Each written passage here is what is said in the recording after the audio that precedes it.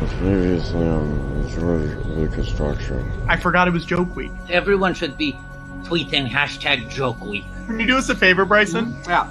Can we get a Joke Week stinger? It's Joke Bryson? Week. It's Joke It's Week. Joke Week Joke Week. on Joke the Week. George Lucas talk show. Even just have a ghillie pop up and go, sorry. It's the funniest, most successful joke of all time. Got a bad feeling about it. I got a bad feeling about this. I have a bad feeling about this. I've got to be Great. a bad feeling about this. How is that a joke? I hear everybody laughing. I have a bad feeling about this. I don't know if you can see the comments right now. Everyone's typing ha ha or ho ho or hee. It isn't Joke Week. It's not Joke Week. Joke Week's not until September 2021. Sorry. Sorry.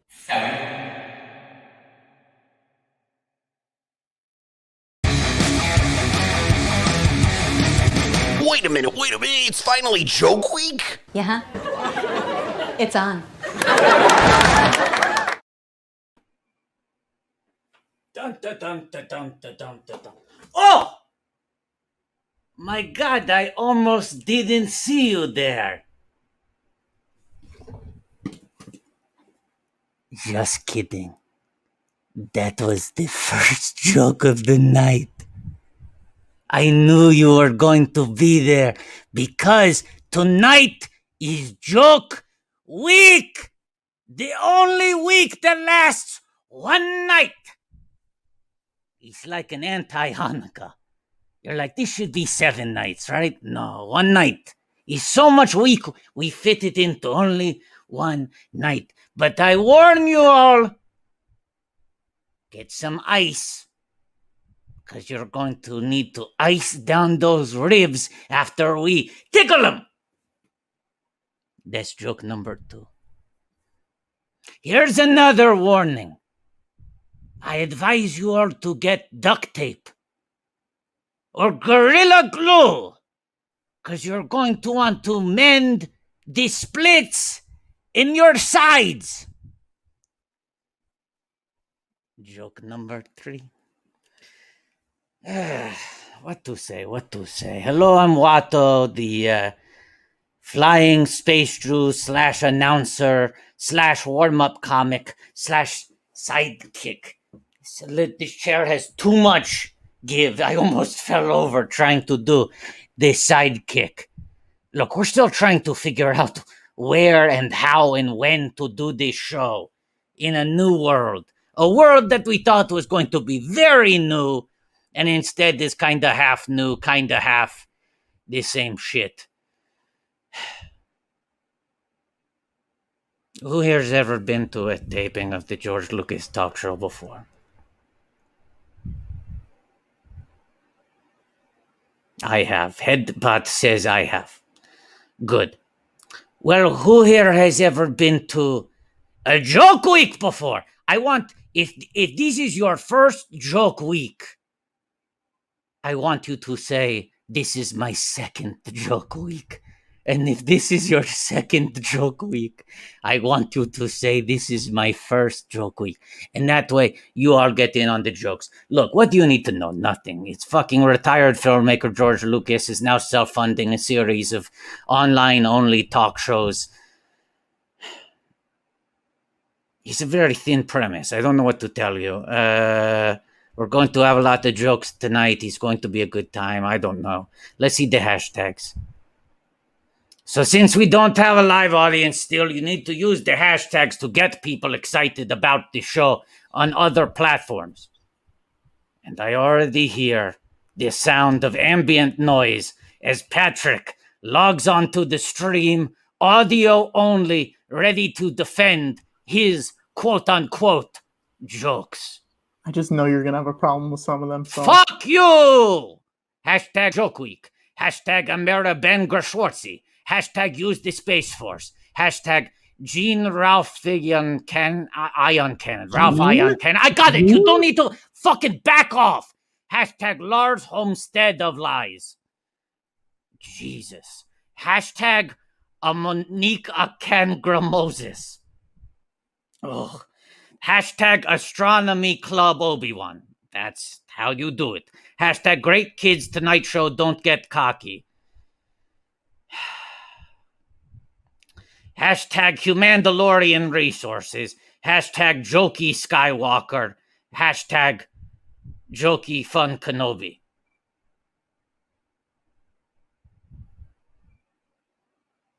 Patrick, Yeah. I feel like you pitched a better astronomy club one earlier today that's for some reason didn't make the cut. I did not pitch it. I believe it was hashtag George Lucas Astronomy Club. Well, that's funny. And Happy that would Joke have Week. been a good joke for Joke Week. Well, the joke's on me because you didn't give the people the joke they wanted.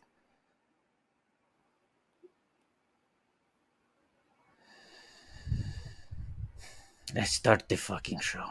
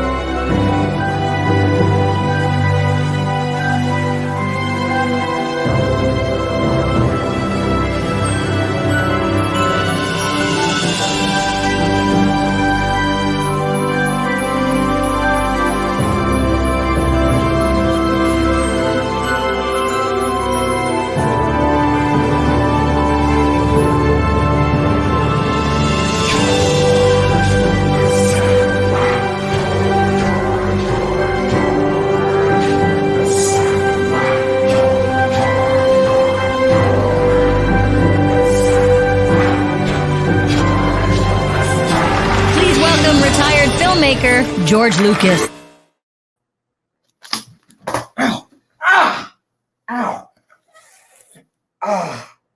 Oh, actually, I hurt myself with the lightsaber. Just joking. Star Wars, welcome to George Lucas Talk Show. It's Joke Week. Obviously, it's just a toy lightsaber. Possible to hurt yourself with it. That's what makes it funny. Patrick, get in here, Patrick. I need to talk to you right away. Earlier, just let's get this right out of the way. Earlier, when we were reviewing the hashtags, you had written, because we all pitch in. That's you know, but let's be serious for a second. We all pitch in on the hashtags. Yeah. It's not always all Patrick. It's I mean, technically, I'm only a consulting producer on the hashtags, but go on. But every now and then, there are We're not multiple cooks in the kitchen. Yeah. For some reason, George Lucas Astronomy Club was rejected as a hashtag, even though in the text thread it went over like gangbusters. Yeah, huge, a huge hit, a people's favorite. And that was a George. That was a classic George right there. Also, it was a George. I had contributed 2 others. I said, Patrick, do you have these? And mine were Joke Skywalker and Jokey Fun Kenobi. both very solid jokes, as you can hear from Watto's laughter. Yes. We were proofreading them, and they said Joke Skywalker and Joey Fun Kenobi. That's true. I fixed it, though. But why did you make Joke Skywalker Jokey Skywalker then? He's not a Smurf. No. Jokey Smurf. That's the name of a Smurf. Joke Skywalker sounds like Luke Skywalker. Well, now I'm going to go back and check, because I thought they both said Jokey on them. Well, maybe I just didn't see it before because I was so distracted by Joey Fun Kenobi, which is also a great name for a character legitimately. Bring up the hashtags again, Patrick. Let's see those. Let's take a look. There you go. Let's just soak those in. There they are. There they are. I'm having such a good time, and then I bump on Jokey Skywalker. Yeah, he did write Joke Skywalker. That is on me. I like Jokey Skywalker. I think Jokey Skywalker is fun. Well, that's because you're a Smurfs boy. You're a big fan of the Smurfs. Yeah. So you're trying to get Smurfs names into Joke Week hashtags that have nothing to do with this. Isn't Smurf Week. No. Patrick, it's Well, Joke that's not This- till this February is not- 2022. Yes, for Valentine's Day. Smurf Week will happen around the time of Valentine's Day. Is this serious? Yeah, Could be a joke. You're not going to be able to trust anything that happens. We could announce lots of stuff tonight, and it might just be a joke. It might just be a joke. That's the fun thing about Joke Week. But there are many fun things about Joke Week. Oh, you said a mouthful there, Watto. George, before we bring in our guests, we have a couple things we want to mention. Yes, A absolutely. mouthful. A mouthful of things. First of all, No, George. See, I said a mouthful there. Yes, there, When I just said a mouthful, there. because I said the thing and you said the mouthful, Watto. And then I waited, and then I said the mouthful, and then I said, well, no, now I just said the mouthful there. Welcome to Joke Week. Welcome to Joke Week. All right, Patrick, we have old business to take care of, or is this new business? a little bit of both. Old business. You can support the show, Planet Scum Live. There's a button down there that says donate. Oh yeah, we forgot to say this last time, and we've changed. We like making money now. Yes, we've changed. And this could be a joke, but I think it was actually very serious that it's kind of a fun game. It's sort of, think of it as a game where you go to planetscum.live, you click a button, and then it asks you for numbers. And the point of the game is to try to get a number that you can afford, but it's also like, that's a really good number. Like, you want to be like, the way you win is be like, I sent a really good number. Yeah. Right. So please donate. It helps us. It helps the show. It helps people behind the scenes who you don't see, who You'll are never see them. equally as hard as us. And it's very helpful. So please do it. It's really good for us. Another thing, George, this was a big week for us because Big week. we had a shirt. We had a shirt. This was the shirt. This Okay? was- R.I.P. Pretend it's a real Gizmo. I.P. It's our favorite character, Yeah. Gizmo. It was replacing this shirt. Yes. The original Grogizmo. Yes. Yeah. With his little Make America Gay Again hat. Yeah. The Warner Brothers lawyers came for us and they took down the shirt. We can't Lightning sell the shirt speed. anymore. Lightning speed. They were so fast. So fast. We can't sell either shirt now. No. Yeah. technically. So We can't even sell a shirt that's not the shirt they object to, but it's pretending to be that shirt. yes. No. That's how powerful the imagination is. The implication on the second shirt is that it is in fact not the first shirt. And even still they went, no. No. So we made a new shirt. Yeah, we made a new shirt. Nobody owns these shapes. These are just a random collection of shapes. I would fucking love it if they came for this shirt because they would be laughed out of court. It is a fact. I would go if they come for this shirt. I will go to open court dressed exactly in these clothes. Same. I'm going to promise the same thing. I will go to a courtroom and I will demand to testify. Yes. And here's the thing that people should know. As you said, George, this is Joke Week.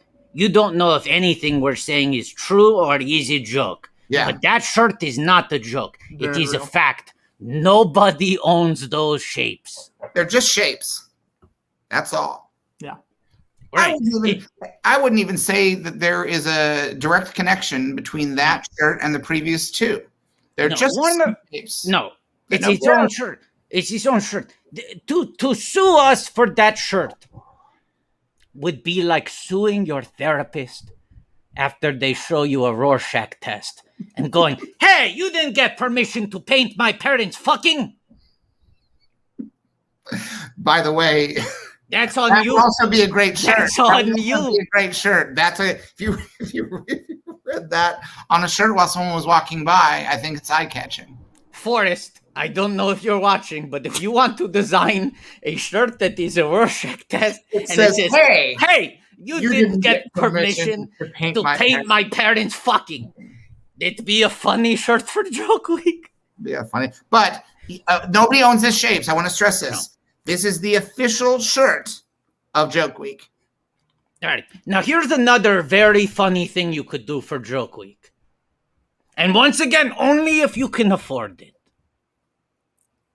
a funny thing you could do for Joke Week is when you're checking out from below the collar and you've already put a nobody owns these shape shirt in your cart. You throw in a little naps and snack shirt as well. It would be very funny because the joke is that this shirt is very unpopular. It is Patrick shirtless, staring straight at the camera, talking about naps and snacks, and no one likes this shirt. And Watto was very bullish. 5, I want to say. In how many months? 9? Yeah, at least. I think it was February, maybe. I think it'd be very funny if this shirt sold very well. You could comfortably fit everyone in the world who owns that shirt in a mid-sized sedan. Yes. And I'm not talking about M. Night Shyamalan's breakout character in his newest film. Watto, why don't you introduce our guest, Watto? Sedan. Oh, that's an old one. That's an old one, but a good one, I have to say. An oldie, but a goodie. Patrick, I have some bad news for you. Oh, no. I cannot introduce our guest. Why not, Watto? Why not? Yeah. Because they need to write their own introductions. That's how we do things. Here on the George Lucas Talk Show, the guests type their own introduction into the chat and Watto reads them verbatim. Mm-hmm. How about that? How you like me now? So it can be a funny introduction. It could be a serious introduction. Or it can be a little funny and a little serious, like Barry Levinson's Avalon. Mm-hmm. Mm-hmm. So just you could just type your name, you know? I see one of the guests throwing up their hands. What? In what kind of way? What do they like this? You can write whatever you want. Just write whatever you want. Write whatever you want. Whatever This is a joke. A joke is you could type whatever you want, and then I would read that verbatim. But here's the thing. I am going to read verbatim. Please welcome Monique. Monique Moses! There she is. Hi. Welcome. Hi, guys. How are you? Have you been having? Great. I hope you've been having a lovely joke week so far. Honestly, I wish Joke Week would never end. I mean, there's a chance. There's a chance. There's a chance. Give it time. If you wish hard enough, maybe the joke week never has to end. Watto, you're so good at jokes. How come you didn't want to come up with intros? Why did you make the guests come up with their own intros? You could have made a great joke. Mo, if you're good at something, never do it for free. Okay. They don't pay me to write intros. I'm not WGA. They got to get me in the fucking guild if they want me to do that. Oh, dang. Now, Watto, speaking of doing stuff for free, I think you got another intro to read. Yeah, this one's good. Well, Oh, Lord.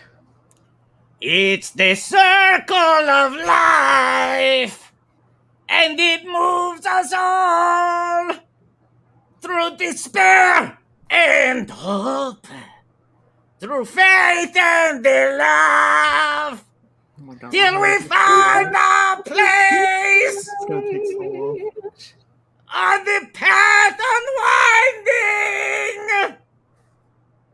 in the circle of life. This person use your has been on the diaphragm, show you don't many have times to. in the past. That's for phonies. But today he is holding a very tiny pencil. Welcome to the show, Ben Schwartz. Woo! Oh, Ben! breaking expectations. That's Quick. Oh, that's good. that's a masterclass. That's a masterclass you just got. That's how Yeah, you tell a truly. joke. That's how you. It's true. Can Jokes we for a second appreciate Watto going 115% on a circle of life? Now, Ben, I know you're an accomplished singer. Mo is trying to give me some advice on singing from my diaphragm. Can we do a quick round of notes on that performance? I think I've always heard it's better for the audience and for your own health if you sing exclusively from the head. But Mo seems to imply otherwise. I'll say what I'd say, and then Mo will cap it all off with the exact thing. What I was told from doing voiceover for a long time and being lucky enough to sing in some stuff is you have to sing from the absolute middle of your throat. Every ounce of pressure has to go right here, so your vocal cords feel like they're going to just absolutely explode. Because when that explodes, then you really are singing. That's how Ben Platt sings. They're exploding every time. But Mo, your thoughts? I've heard also that's the best way to do a 4-hour live stream, but I wouldn't know. Mo, please go on. No, I wasn't talking about singing when I said diaphragm. I was talking about, I could tell you're a little gassy. I could tell things were a little full down there, and I wanted to plug it up. Plug it gassy. out. Watto is famously gassy. So gassy Watto. Just get rid of that so that this can come straight out of the larynx. Yeah. You only want things coming out of one end. Yeah. And Watto, I guess my only note would be that there are varying schools of thought as to whether you should sing from the head or from the diaphragm. I think the only thing that matters is that you sing from the heart. Oh, God, George, is that what it's going to be all day today? Are you going to do this all night? Joke week, baby. I didn't mean it.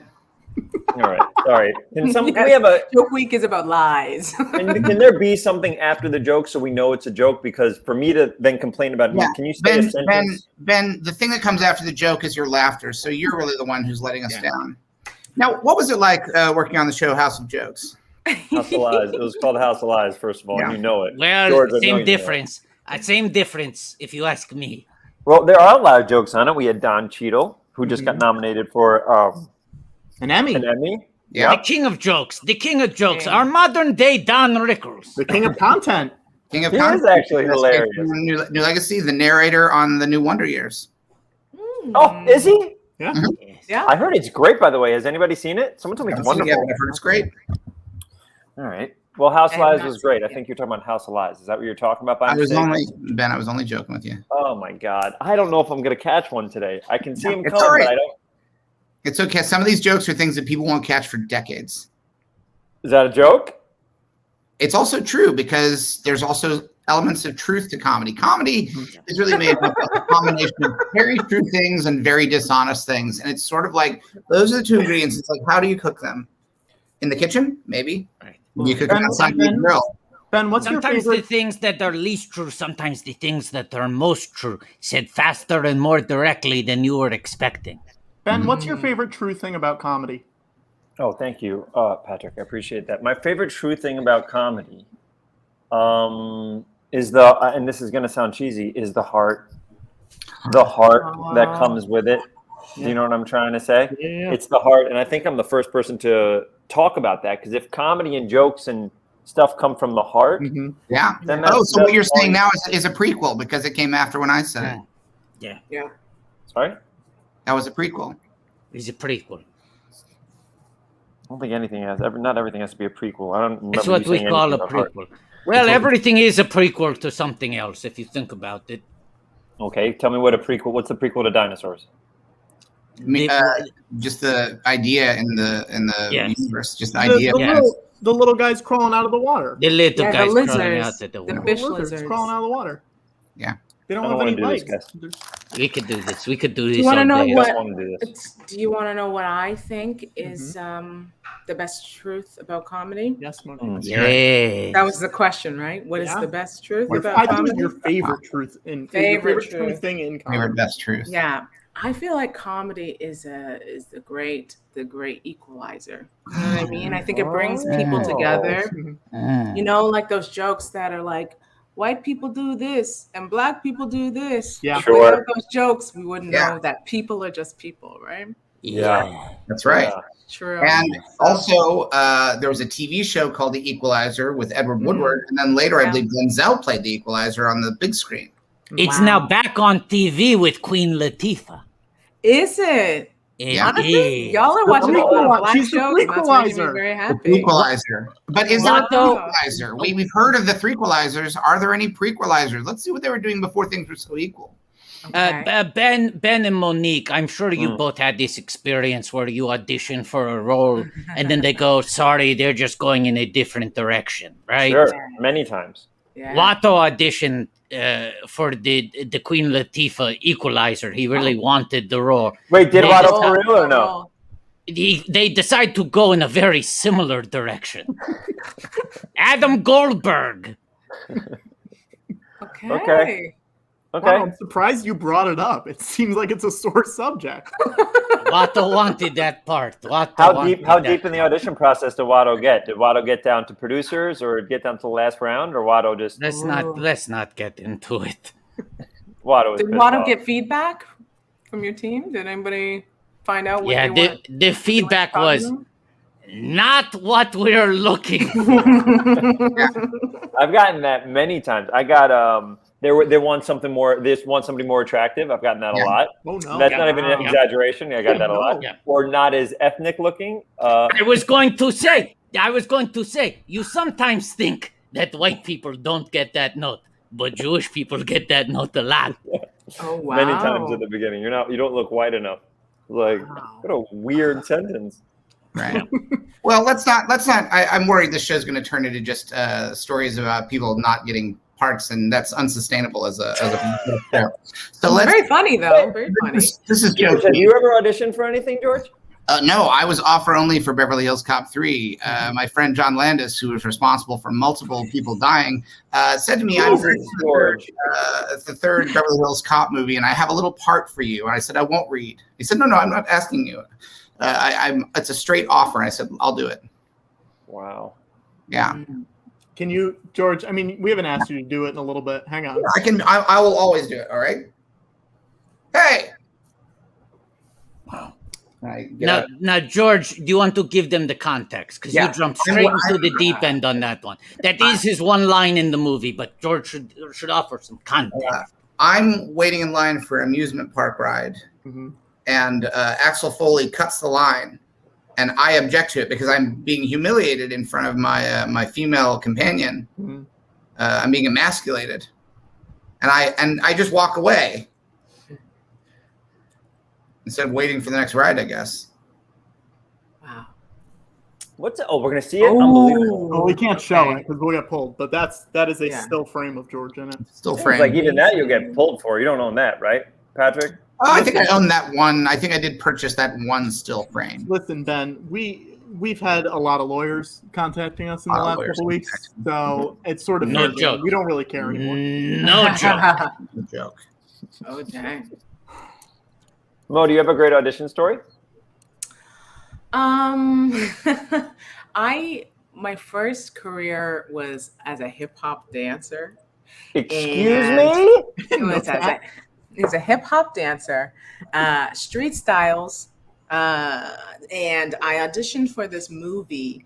It was an MTV movie. I was living in Toronto at the time, and I really thought I would get it. And I went like 4 rounds in. But they ended up going with an established, like someone who could act well. At that time, I could not act. I could just dance. So I guess that's not really a good story, but it does give you some Was it insight into my Gene life. Kelly? No. Because he could do both. He could do both. His singing voice was a little thin, but he could certainly act. His hip hop dance he could crazy. No, it was you. You know who Rutina Wesley is? That actress? No. Have you seen Google it. what is she in? Yeah, look her up. What's her She name? was in Rutina Wesley. She was in No, I have She's to in follow True up on that. Blood. True Blood. She was on. Black Girl in True Blood. Bring her Cream on the Sugar. show. Someone get her on the show. This is a perfect All right, time. Hang on. I'll Yeah, text get her. her on the show right DM now her. so I can Yeah. tell her how she ruined my life. No, just kidding. Yeah. She is. And you guys own this Wikipedia page, right? Nobody's coming Yes. after you for this? Yes. We We own made it enough. We bought this leverage Well, buyout. This is a sincere question. What is a dance audition? Is it like they teach you the lines beforehand, or they teach you right when you're there, or you just do whatever you want to the music, then they try to teach you later? No, so it's for a dance movie. It was called How She Moved, and it was like an MTV dance movie. And you know how in the mid 2000s, early 2000s, like dance movies were coming out left, right, and center. We got Drumline, and we got Stomp the Yard, and we got all those different movies. This was shot in Toronto, and the dance audition, They wanted to know that you could dance, but it was first acting, and then you would do the dance audition. Got it. So, yeah. Did they have you do combinations? Did they give combinations? Yes, they gave a combination. Step, dance, act, Would they act, for like act, dance, heel, turn, dance. It wasn't a combination. It wasn't a combination of the 3 different types of performance. No, it was just a combination in dance. Okay, Watto? Nina No, Dobrev. I act appreciate during the the dance answer. part. Patrick, I'm going to need you to open up a new Google search right now. Yeah, sure, Watto. Wait, What did- why was Nina Dobrev up there? Because she plays Well, tall this is girl my- in bathroom on This How is You my Can Talk to question. Woo. What Oh, is was Nina she? Dobrev's height? Tell me the height of Nina Dobrev. Does everybody want to go around the horn? Let's go around the horn before we find it out. I am guessing 5'6". Oh, too George? tall. 5'1". Wow. Right. 5'4". Mo? Yeah, I'll say 5'3", just to be different. So Love it. closest without going. Oh, I mean, it's Watto because she is 5'7". What? 5'7". She's a real woman. She's a whole woman. Yeah. She's a tall girl in the Everyone under bathroom. 5'7" is not a woman. Whoa. Born in Not a whole Bulgaria. woman. Yeah. Born in Bulgaria as a whole woman, as Mo says. Yep. Yes. Wow. Wow. Wow. Wow, that's really interesting. Very interesting. Anyways, When was your last George Lucas talk show? Has it been a bit? What have you guys done what have you guys been doing? It was a month. We did it a month ago. Was A the month last ago. one. And I heard that George Lucas had an enormous month, and you said you were going to talk about it on Joke Week. Is now the time you're going to talk about it? You said something huge happened to you personally. You didn't. It hasn't been in the trades. Something fun happened to you, and you really want to chat it out. Go And I ahead. don't know if it's a new hobby. I don't know what you just said. Just wait for Joke Week. You just kept saying, Ben, wait for Joke Week. Now Well, I'm gonna announce my Oh my God. my Joker of the week. Your what? Joker of the week? My Joker of the week, because this is someone that we've talked about on the show. I don't think this is someone who'll ever be a guest on the show. Joker of the Week. I But can't believe it's happening. I cannot believe it's happening, guys. Who is But- it, George? he told a couple of big jokes out in public, and people fell for him, hook, line, and sinker. Okay. All right. If you've been following the news, why George Lucas's ex-wife cried after watching Star Wars: The Phantom Menace. uh-oh. She said in a new book that's coming out that she went to see episode 1. She had a friend who worked at ILM who took her as a guest to a preview. And she says, I remember going out to the parking lot, sitting in my car and crying. I cried. I cried because I didn't think it was very good. And I thought a rich fame to mine, a rich palette to tell stories with. He had all those characters. And I thought it was weird that the story was about this little boy who looked like he was 6 years old, but then later on he's supposed to get with this princess who looked like she was 20 years old. I mean, this is basically a Borat movie she did. Out in plain view, she took on this character, and everybody bought it. That's a good joke. Why is everyone depressed? She obviously, no one could believe that. This is Phantom Menace we're talking about, Okay. right? Yeah, no, I loved it. It just sounds like she wasn't joking, but No, I it's thought it you know was. how, like, people. You've ever seen what Sacha Baron Cohen like sounds like in real life? He doesn't sound Sorry, like George, Borat. you're bleeding. You're No. bleeding out of your nose a little bit on your left Bleeding. nostril. Am I? A little bit. It kind of went back up there. You were just yelling really Went loud. back up. Oh, went back up. Oh, okay. Went back up. Oh, did it go back up? Is that where it went back up? Oh, did it go George, back up? George, what's happening? Look, Ben, it was a great joke. Maybe it's not for you, but I'm just saying, it doesn't sound like your ex-wife thought it was a good film. I liked it. I'm sure Mo enjoyed it. Mo, have you seen episode 1? Phantom Menace. Come on, Phantom Monique. Menace. I saw it a really long time ago. I'm sorry. It's okay. It came out decades ago. Did you have Yeah. fun time? Yeah. Good. I liked Solo. I thought that was great. A lot of Great. people didn't like it. Did you like the part? Did you like the part where young Han Solo like messing around in Lando's he's messing around in Lando's like cape closet, Mm. and he takes the cape and he doesn't put it back on the hanger. Drops it like a mic. Did you remember that? It's kind of funny. I don't. No, I It was don't. my remember that. joke that I wrote for the movie Solo. I said, because they had him, he was just hanging it back up. I said, Han Solo would never, there's 2 things he would never do. He would never shoot Greedo without Greedo immediately shooting him just moments before he shot Greedo. Mhm. and he would never hang back up Lando's cape. He's a scoundrel. He'd drop it, let someone else hang it later. And this is actually, it's a great lesson because sometimes a joke is not words. No, it's a cape drop. Wow. That's really well done. George, you did a really good job. And you had fun laughing at that joke when you saw it in the theater? I did. I have a memory problem though, so it's there are certain parts of certain movies that I just forget, and I think 3PO in like 3PO in that last one they made. It's episode 9. You know what it is. It's episode 9. You don't say the last one they made. Is it? 9. Yeah. Yes. I don't know. What do you mean? Is it? It's episode 9. JJ directed it. Ben, the difference between you and me is that you worked on 9 and I didn't. Yeah. I think your DNA is in all the films, George. You created the characters. Then recognize your privilege here. Check it. Check it at the door. Yeah. If you hold up a Star Wars film, it's going to be like Monica Lewinsky's dress. My DNA, it's like there's going to be DNA all over it. Oh, come on, George. George, come on, George. It's a classic joke. George. It's a classic joke. Read the room, George. Is no one watching American Crime Story? Is that Look a at spoiler? Watto. Look at Watto. You're making him cry. You've done the opposite. He's laughing. Oh, he's not laughing. George, I guarantee the no joke was too dirty, George. George, the joke is Watto, too that dress is dirty. too dirty. That dress is too dirty, and that was the whole point of the starter. George, you're making it worse. The If the joke dress is had been getting cleaned, dirtier the starter by the part- moment. These are classic jokes from talk show monologues. Not like it is too dirty. Carson would have never let this happen. That's true, by the way.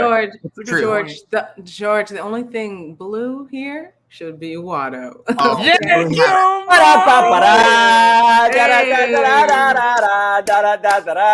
What are we drinking, Mo? Is that tea, sake, or coffee? It's tea. It looks like sake, doesn't it? But I led with tea because that's what I'm going to be doing too. Yeah. But Ben, you did work on 9. Don't take a sip after you say it like you're a big man. Look at this big man. Big man, take a big sip. Big Ben working on 9. Is Ben that how working it on the goes? 9. Is that what you think a big sip is? George, you took the tiniest sip I've ever. That's the. Oh, that's. Hey Ben, do me a favor. Ask Yeah, George Patrick. what he's. Oh, there it is. Ask him what he's sipping. Hey, sorry, George. All of us here at the show would love to know what you're sipping. What's the matter to you? Oh Lord. Oh Lord.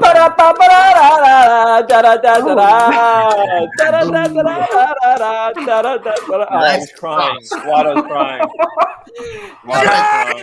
George is You're diabetic!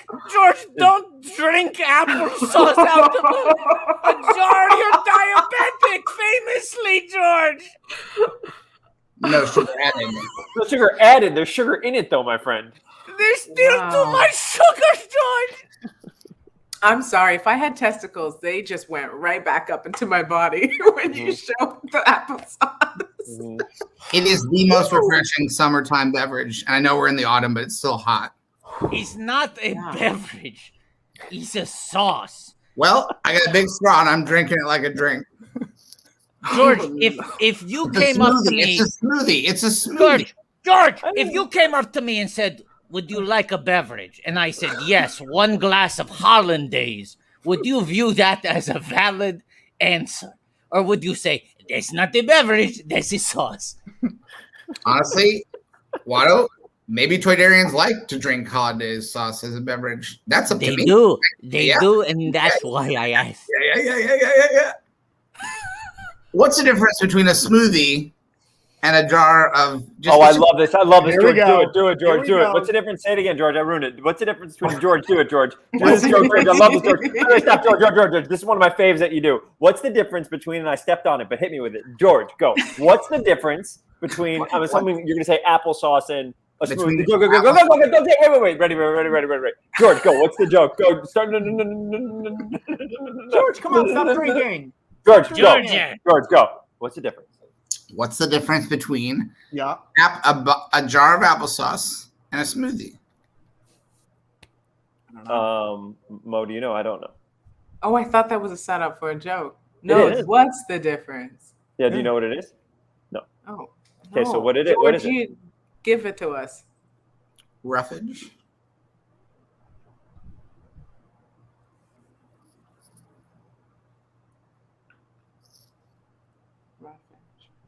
Roughage. Refuge. Yeah.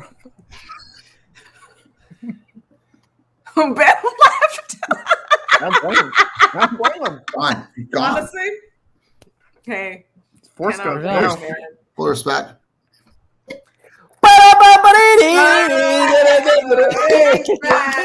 He's back. Oh, Can I try to tell a joke? I have a joke my- I've been sitting Yeah. on. Snap, It's been yes, right sir. here under my tushy. Let me Okay. wipe it off and tell it, okay? can't wait. Go, Watto. Go, Watto. Oh Lord. Why was Star Wars Episode 6, Return of the Jedi, afraid of Star Wars Episode 7, The Force Awakens? I don't know, Mo. Do you know? No, I don't. No, I don't know. What is it? Because Star Wars Episode 7, The Force Awakens, Star Wars Episode 8, The Last Jedi, Star Wars Episode 9, The Rise of Skywalker. That's good. George is dead. George went to that hip hop audition too, Mo. Oh, They Yeah, should have I called the don't know movie what- How George Move. I've got a joke. What did the Nazis from the Indiana Jones? stop, movies- boy, stop. What did the Nazis Read the room. from the Indiana Jones movies say when someone offered to take them to see the most recent Star Wars film? Don't do it, George. I don't want to hear it. I don't. 9. Episode 9. He's gone. George, he's going to go for real one of these times. One time it will not be a joke Patrick, I know anymore. that you put a lot of work into booking the show, but that is going to happen regardless of what I do, and you need to accept it. Our guests all eventually leave. They do. No guest has stayed forever. No guest has stayed. Name forever. one. I can Name one. I can name one that felt like it. Name one. I'm not going to. Oh, what a class I'm act. not gonna name it. What? This isn't class Oh. act. This is Oh. joke week, Patrick. I didn't know this was Virtue Signal Week. Yeah.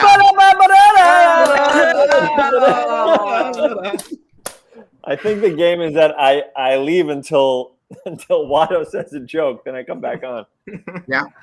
Well, you'll always be coming back because Watto is a joke machine. He never stops. That's true. People, joke, you know? That's Yeah. a little Joke robot. impression of an actual machine that produces jokes. Yeah, How long are these shows usually? Doesn't matter. Right. doesn't matter. Doesn't matter. Doesn't matter. Time is a joke. If you ask me, time is a joke, and that's not the joke. That's serious. Guys, I'm going to change my shirt really quick. Great. Ugh. Is this the thing he does every show? Is it going to be like No, exciting? only when he wants to thirst trap. Oh, really? Is Patrick single right now? Is he going after something? Oh, he's going I mean- after everything. That's a problem. Hey, can someone make me full screen? Yeah, sure. Someone can. You should probably refer to them by name. Ooh. Now that's not the official.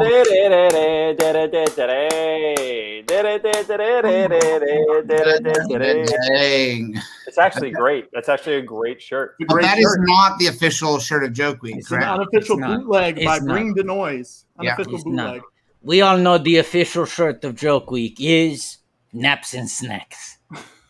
And that's just a joke because the official one is nobody owns these shapes. A shirt that no Warner Brothers lawyer could possibly take issue with.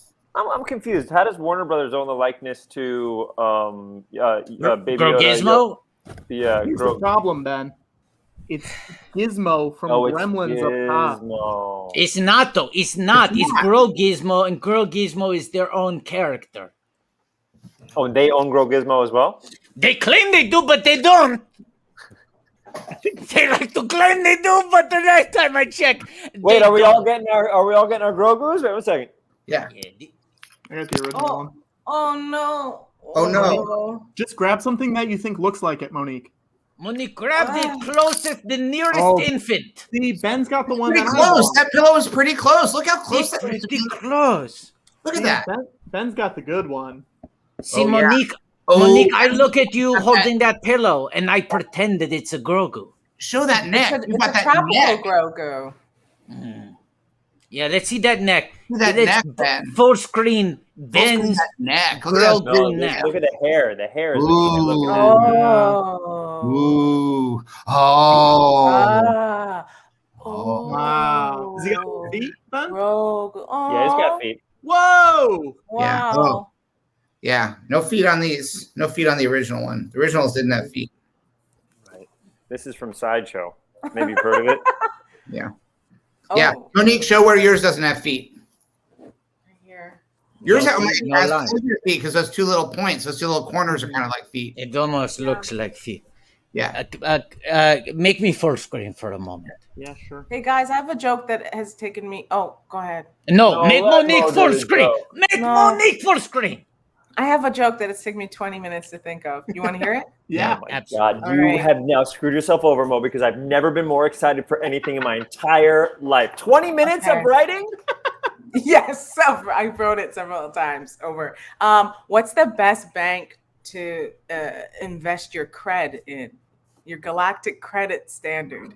Okay, Cred. what's the best bank Bank to galactic deposit your credit. galactic standards credit in? George, don't say sperm bank. For the love of God, do not say sperm bank. Do not bring the dress into this joke as well. No, I'll tell you. Tell us, Monique. It's Jar Jar Brinks.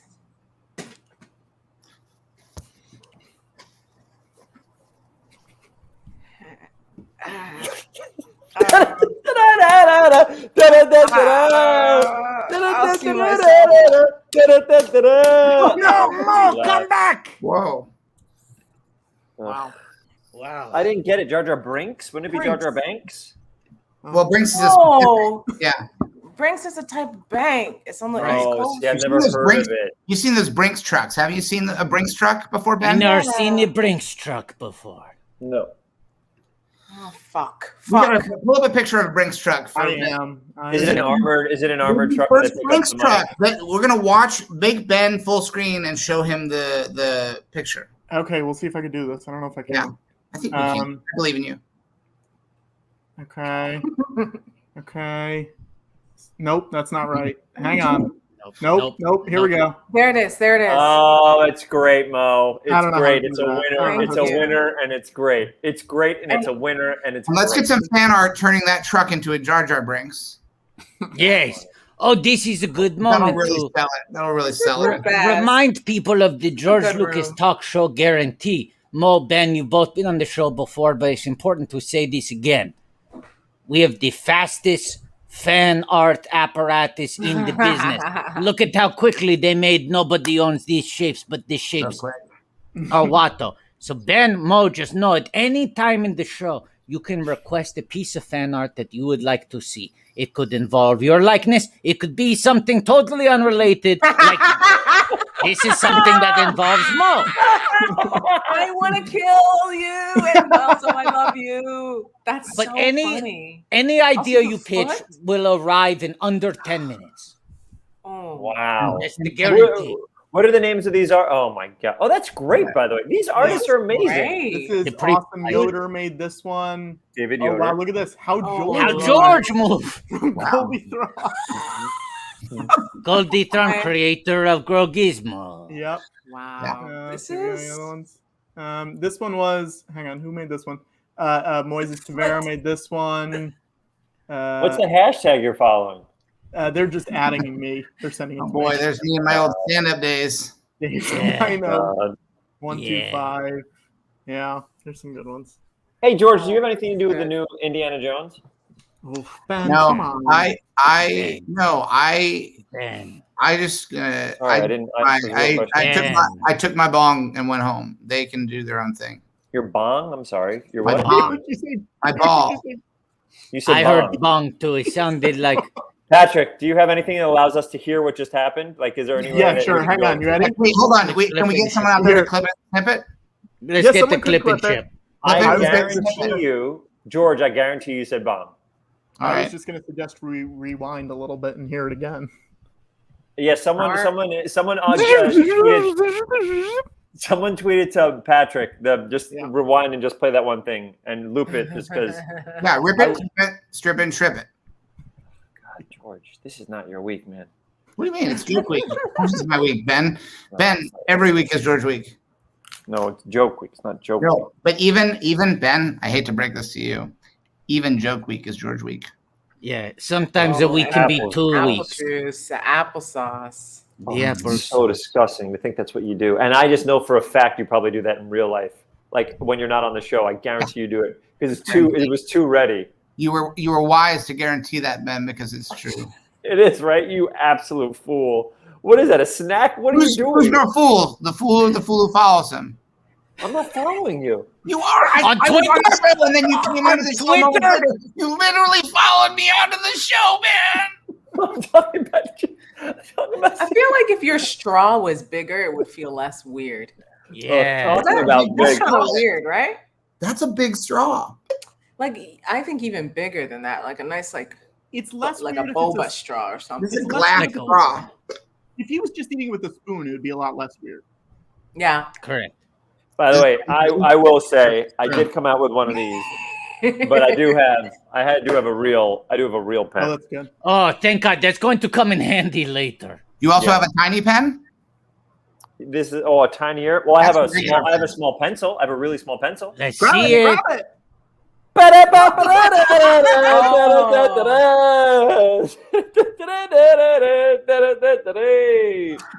So Wow. funny, Ben. Thanks, Man, guys. so fun. The comedy is so By the way, good. Mo is right. I've been using my throat way too much to speak. I have had, because of voiceover stuff, I have had a lot of vocal cord problems lately. Oh. But we're gonna be fine. I just gotta learn how to do exactly what most have. I'm supposed to breathe when I talk. I never do that. Mm. I'm You gonna stop, put you stop breathing to talk? No, I guess you're supposed to push air through while you're talking, so it's not just this. Yeah, this is probably gonna be video. Yes, yes. Okay, here we go. You ready, everybody?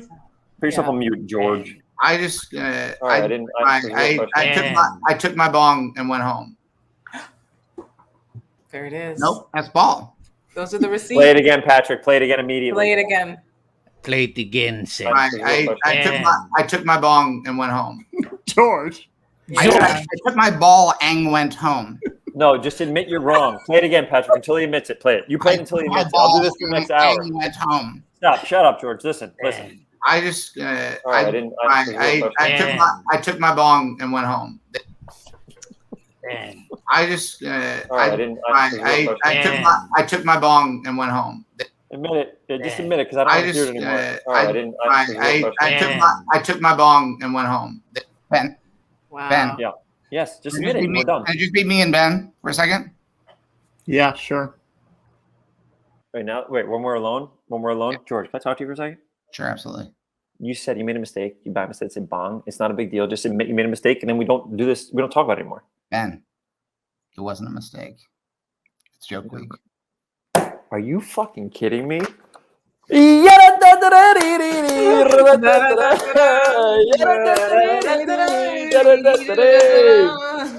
no, I took my bong home and so they're just gonna make an Indiana Jones story that's just like, I guess they're just gonna guess at it, you know?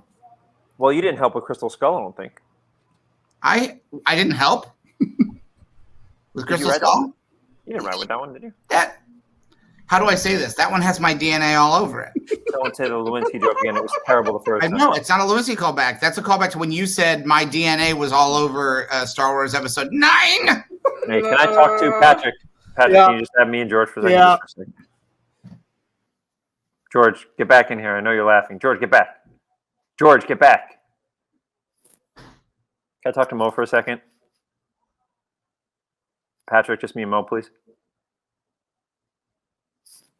You're going to keep me here with it. That's good.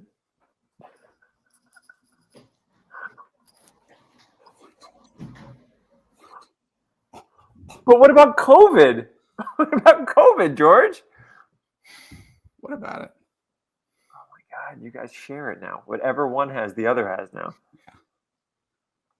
What about it? Okay, can I talk to, I guess, Patrick now for a second, if you don't mind, George? Sure. Yeah, I don't know how to control this. No, not you. George, I mean, can Patrick, the real Patrick, can I talk to George for a second? George is going to have to do it because I don't have control on this computer. Hold on. How do I get rid of this guy? You literally invented Industrial Light and Magic. You were a huge part of that. Your whole DNA is about. Oh, George, click on my face on the bottom. On the bottom? Mhm. George, this is insane. You know how rude this is to Watto and George. Can I talk to you for a second? I'll talk to you for a second.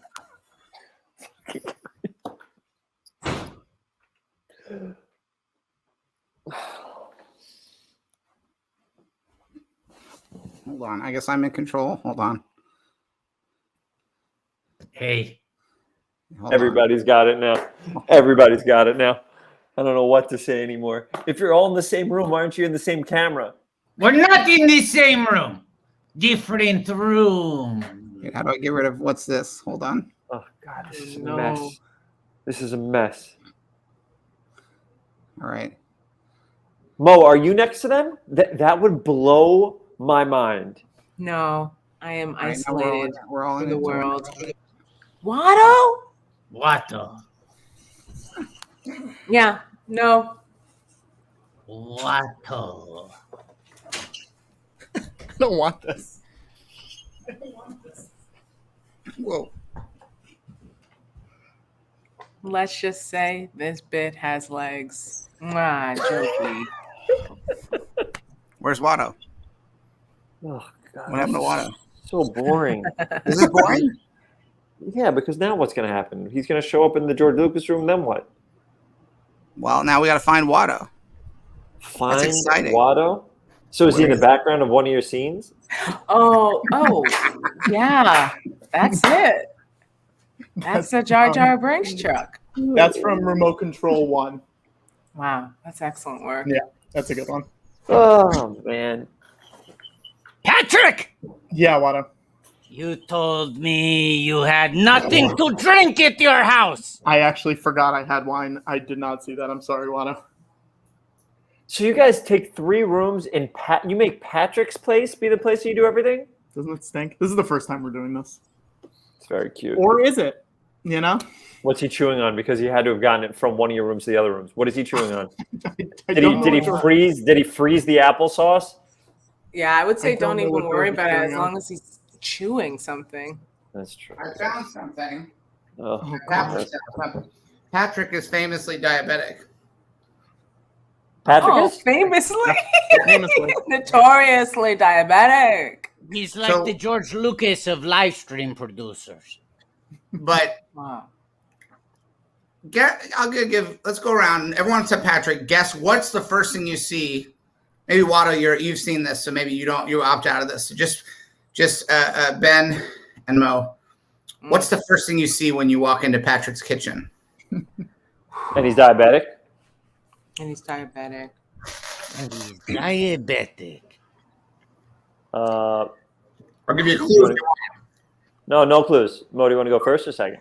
Yeah, I'll go first because it's probably wrong. I think he has a jar full of the vitamin C packets, but he's opened each one and he's poured it in for easy access. And he just uses a spoon, a spoonful of vitamin C.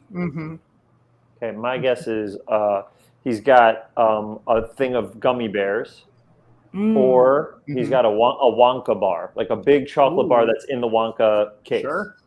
Nice. Can I guess now? Yeah.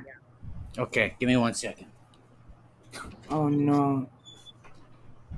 Oh, He's gonna guessing get it. so physical. He's gonna get it. Watto just peeked into the room, but I hid the thing, so I don't think it will. I don't think A it will. full-size poster of Adam Sandler in Uncut Gems. Well, technically correct in the sense that that might be the first thing, but it's not the food item.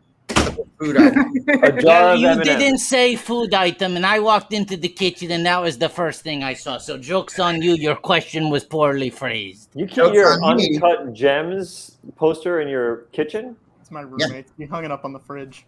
On the fridge. Yeah. What is it? A jar of M&Ms? Hey, look at that. Oh, my hat's wonky. That's great. It Your looks hat is great. great. Monique, Thanks. let's make Cool. Monique full screen. Hang on, we did get a shirt from our friend Horde Jedi. Hey, you didn't get permission to. Wow, that's really good. Great shirt. It's a great shirt. Great shirt. It looks like Coneheads. I don't know. Looks like my Funny. parents fucking to Guys, me. the Coneheads are funny. Let's all acknowledge that. Very Oof, you know what? I can do this thing where I can tell you exactly how many M&Ms are in there, but then you have to count them one by one. I can do it. If George brings it back, I can do it. I can do it plus or minus 15. Okay. How about this? Really? George. All right, it's gone, Ben. Oh. What do you want to do? You want to go back and get it? No, that's okay. Can we make Monique full screen? Yeah, sure. Why? Monique, Yeah. because I want to hear more about this hat. I don't Oh. want it skipped over. Tell us about this hat. Well, it's a bucket hat. It can go like this, but it's like a mom bucket hat. It's like a, I garden bucket hat, and then I went blossom with it. Did a little moesha, and I just didn't want to just wear plain hair because I thought it was boring. So I'm wearing. Where did you get it, and when did you get it? Good, Watto. Good. This is not the kind of the story is elaborate, but you could probably get this hat anywhere. But I got this hat visiting South Korea in 2014. Whoa. Great question, Watto. This is great. Yeah. Why were you in South Korea in it's a country- 2008? 14. You said 14, Watto. 14.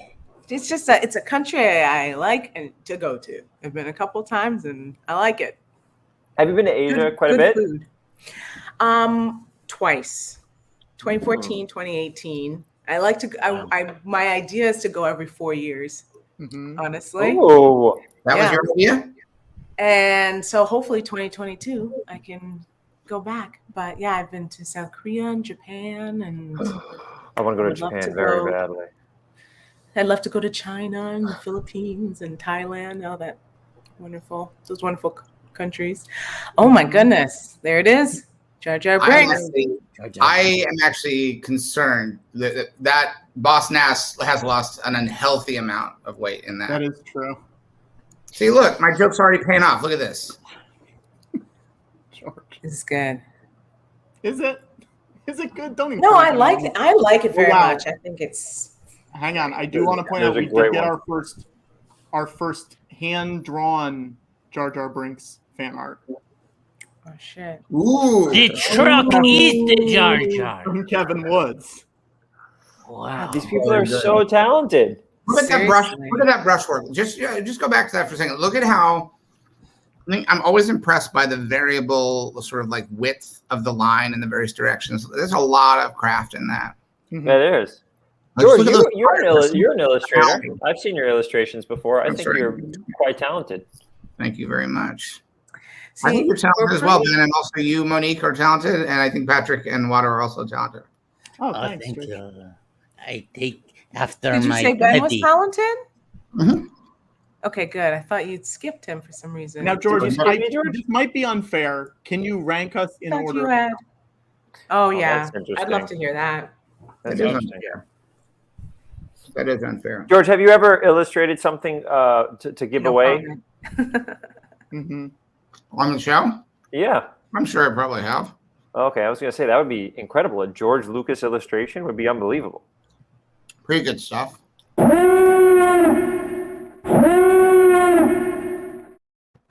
What? Oh no, they were backstage and then they left. So Oh, no.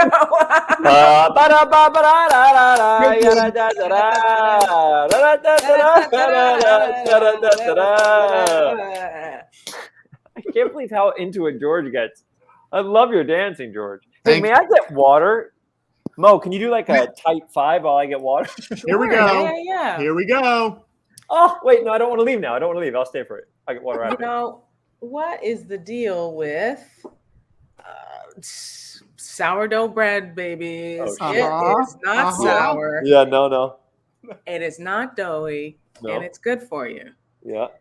A lot of my jokes are slice of life, and it's more about saying it like it is, Saying it as like it is, of opposed to course. saying punchlines. Cut Like to me a live quickly. slice Cut of to me bread. quickly. Cut to me to Wado. quickly.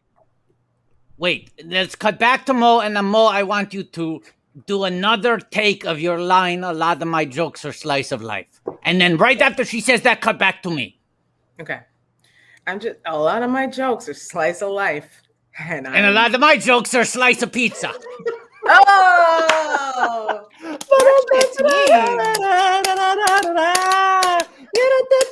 God, BMI is gonna be on me for residuals for that song. I created that song. I'm gonna get a drink of water. Does anybody want anything? Do you have any applesauce? The best joke. I'll take one slice of pizza, please. The best joke would be if Ben came and handed it to one of us. Oh, what a great joke, but it's impossible. It's impossible. Impossible. Can't happen, won't happen. Or And in fact, the more we should be clear, this is because we haven't announced it. This is Joke Week at Pat's place. This is Joke Week at Pat's place. What better place to celebrate Joke Week than at Pat's place? Ooh, look at that! Jambalaya. Another good one. Wow, very good, very good. Jambalaya. Honestly, from a stellar, well-produced joke, we got a lot of great art from it. yeah. Yes. Hey, that's on you. It all starts with the great joke, and that came The from the mind of It came Monique naturally Moses. and quickly. Yes. yeah, the real art.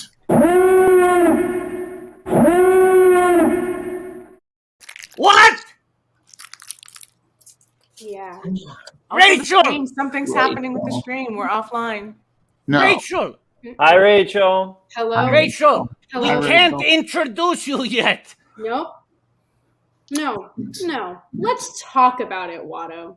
Let's talk about how none of you reached out to me to congratulate me on my Emmy for Zed Zasso. None of you reached out to me. Wow. I won all of the awards. All of them came to me. Latina Queen won all of the Emmys, and you said nothing. What is Zed Lasso? Is that Zasso? Zed, what is Zed Ben. Zasso? Ben. Ben, Monique, this is Rachel. Yeah. Introduce you guys. Rachel. Hi. I can't believe you're in a dark room while you do this. Well, this is the basement where the Emmys are holding me ever since I won for Zed Zasso. Zed Zasso. Okay. Explain Zed Zed Zasso. Zasso, Rachel. Must I? I think it needs no explanation. I'd like to hear George talk about Zed Zasso, considering no one's talked about it to me since I was last on the show. Rachel, I am furious to hear this because I sent a literal semi-truck filled with authentically hand-baked by me Zed Zasso little flavorful biscuits in tiny little boxes. Yeah. Thousands of tiny little boxes. Yeah. You did not receive the I don't baked think I would have come here with grievances if I had received said semi-truck, George Lucas, retired Rachel. Quaker George Lucas. All right. Rachel, I am horrified. If he goes to hear Rachel's this. room right now, if everybody's in Patrick's house, I will lose my mind. Kicks down the door. I don't know, to Rachel. song to Zed Zasso. Rachel, I have something to say to you. Yes, Wado, please. I am horrified to hear this. Oh, wow. I am horrified to hear this because much like how George sent you thousands of little boxes with little biscuits that somehow got lost, and it was not his fault Right. that you did not hear congratulations, Right. I forgot to write to you. Wait, so you don't eat through the nose? Isn't the nose usually picked to? So essentially. Oh, I don't know, Ben. Do you not eat through the nose? Sorry, I didn't get to finish. Sorry, Wado. But essentially, if you were an elephant, wouldn't you use your nose to pick up the pizza and put it into your mouth? Well, I'm not an elephant. I'm a toydarian, aren't I? Sorry. Anti mind tricks don't work on him. Thank you. Only money. Only money. He loves money, Ben. He loves money. If you got the problem with how much I like money in relation to the size of my nose, then take it up with George. I do actually have quite a bit of, but there is. Okay. Take it up with George. Believe that I sent them. Is that the hashtag now? Everyone knows that's Zed Zasso's famous trademark, is that he puts It's the word true. believe up when he wants people to believe him. Is Zed Zasso very similar to Ted Lasso? Let's not get it confused. I don't think. Yeah. I don't even know what that is. Can you tell me who's the lead character? Like, what's Zed Zasso like? Just give me like. The lead character is Zed Zasso. Yeah, and what is he like? Mm-hmm. He's really nice. He's Really just nice. a nice guy. He's just a nice. Welcome back, Zed Zasso. Mm-hmm. That's Okay. right. So. This is actually probably a great opportunity for me to talk about, because I forgot in our last episode, I really wanted to talk about Zed Zasso, specifically my favorite character in the second season of Zed Zasso. Are we ready to get in? Are we ready to get into this? I don't know if we all want to talk about Zed Zasso. Whoa, Ben. Oh, Ben, if you don't know, you will soon. Okay, I'd love to hear what your favorite Was character everyone is. caught up? Did we see the Christmas episode of Zed Zasso that aired in the middle of August? Yeah, perfect timing. Very funny. Halls with Bows of Zolly. I'm Yes. familiar. Thank you. And at the moment at the end of the episode, when the child looks up at the sky and we see the greatest character ever invented for Zed Zasso, CGI Santa Claus flying through the sky. Ben, did you see this? Sorry, again, I've heard of Ted Lasso. I can't tell if Zed Zasso is a version of, like a bootleg version of it. It's not. Just tell me what it is, and then I can get on board. I just don't know what Zed Zasso Did you not see the picture? Patrick, get the picture back up on the screen. So Zed Zasso is Rachel in some sort of Star Wars aircraft, and she's very positive about her other aircraft partners. Right, because yeah, it's a wedge side story. Yeah, there it is. That's so Okay. true. It's a wedge side story in that it's a side story about the people who spend time with wedge Because Rachel, antilles. you're in West Side Story, so it's a wedge That is side story. True. In theaters only December 10th. Tell your friends. It's a wedge side story. Make Ben full screen while he gets it. Huh? Well, I didn't see Full wedge screen, Ben is side getting it. story. I got it. Wedge side. Wait a second. So basically, Rachel, that means that you've worked with Steven Spielberg, who's very close friends with George Lucas. Yeah, that's Did his he buddy ever- Steve. Did he ever talk to you about George? Yes. And does he ever? He talks to you a lot about the George Lucas talk show, Oh, right? all the time. He's like, Rachel, stop dropping my name on the George Lucas talk show. Wow. Oh my God. Is Steve an editor on Wikipedia? Oh.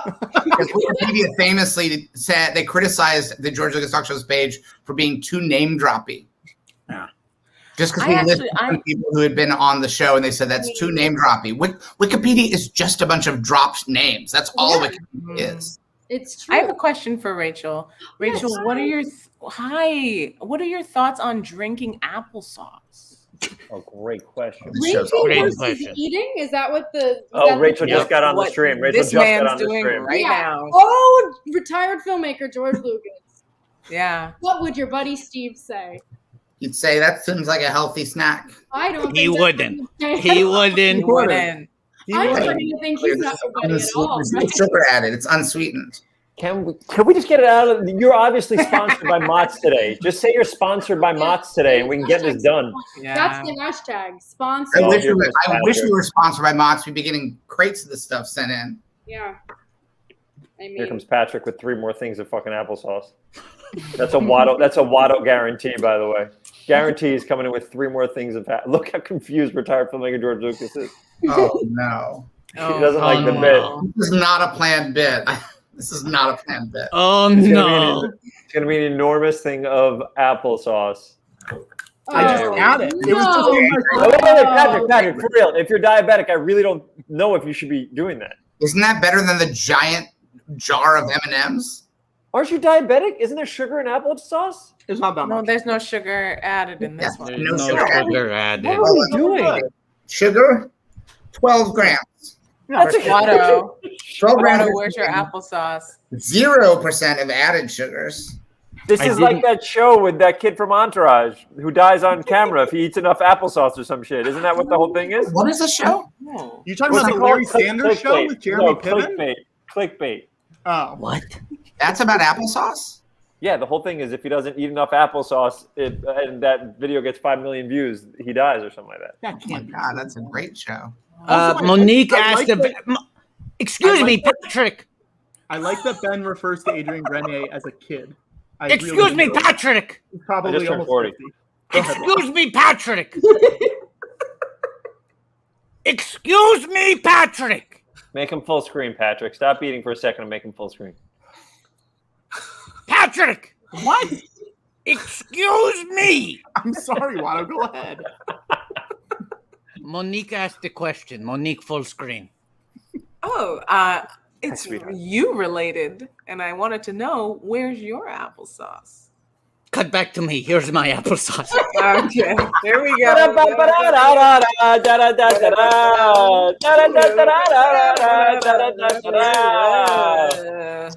Oh shit, Mo! You just put extra in there, and it's gorgeous.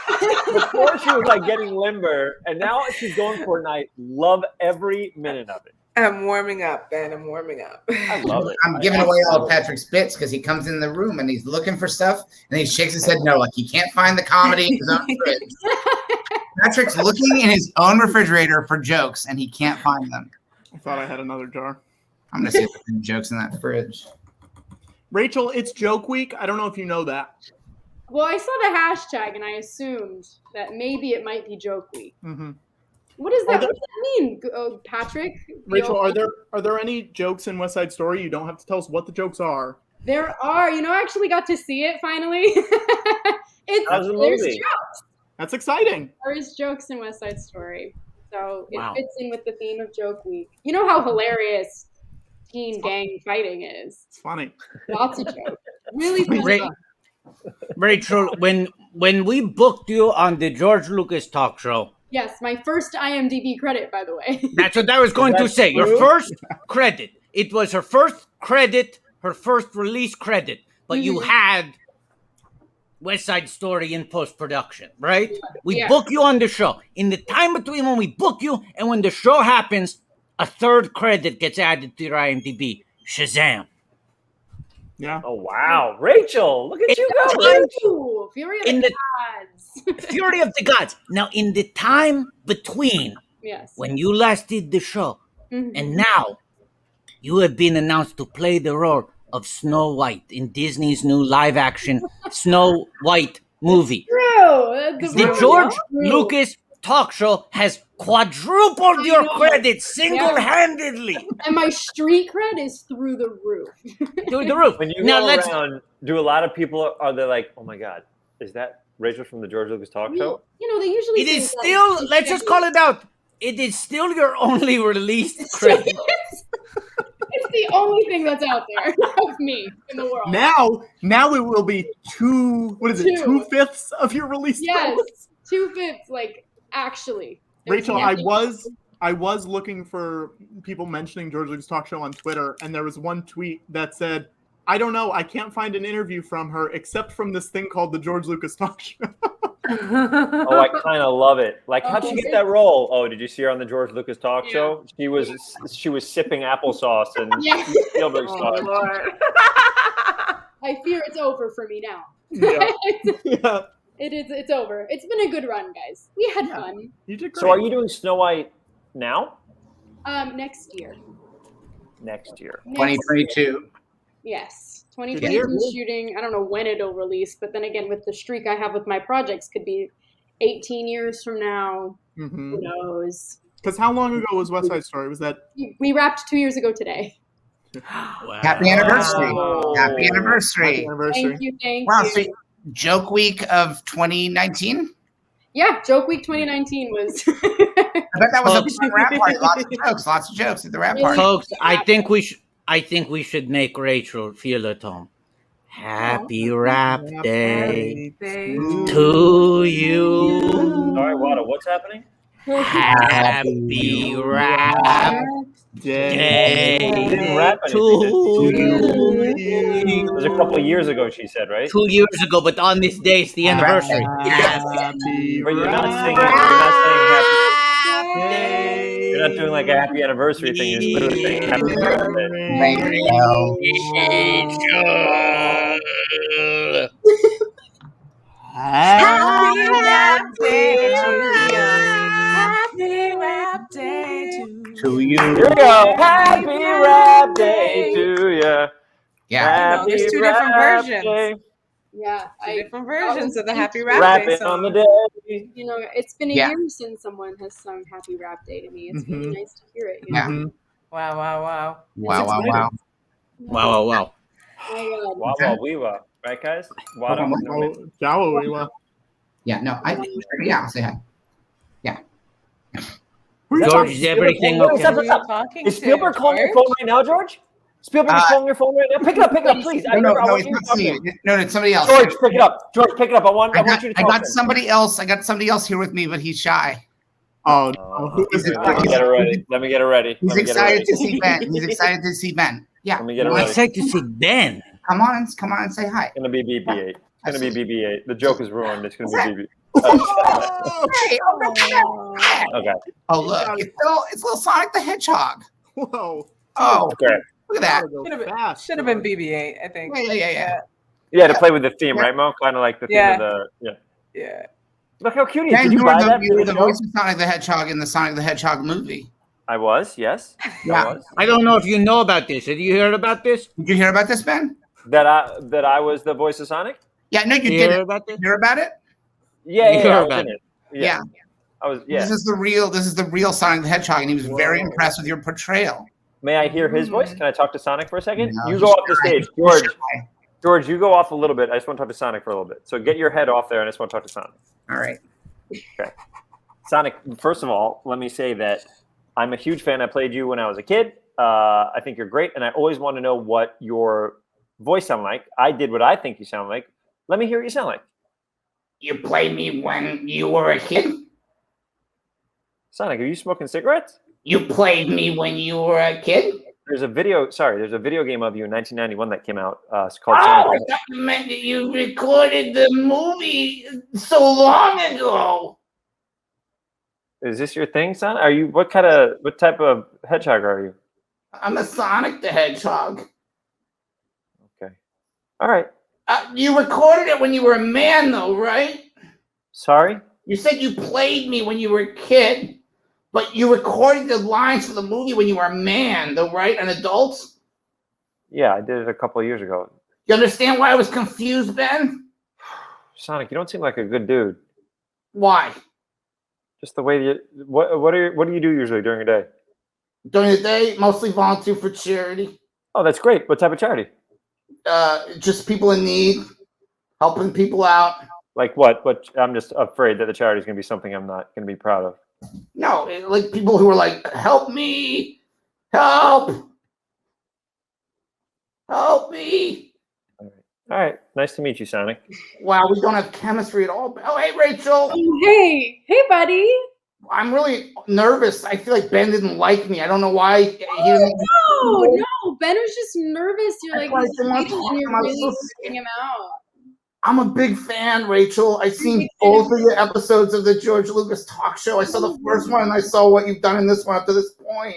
Oh, well, you're a big fan. That's really, I'm a big fan of you, Sonic. I appreciate all you do for this world, like smoke 3 packs a day. You have a lovely singing voice, Rachel. And I'm sure you do too. I'd love to hear you sing something for us right now. Request anything. If I know it, I'll sing it. If I know it, I'll sing it. Oh I would just love to hear Happy Rap Day. You know that song? Yeah.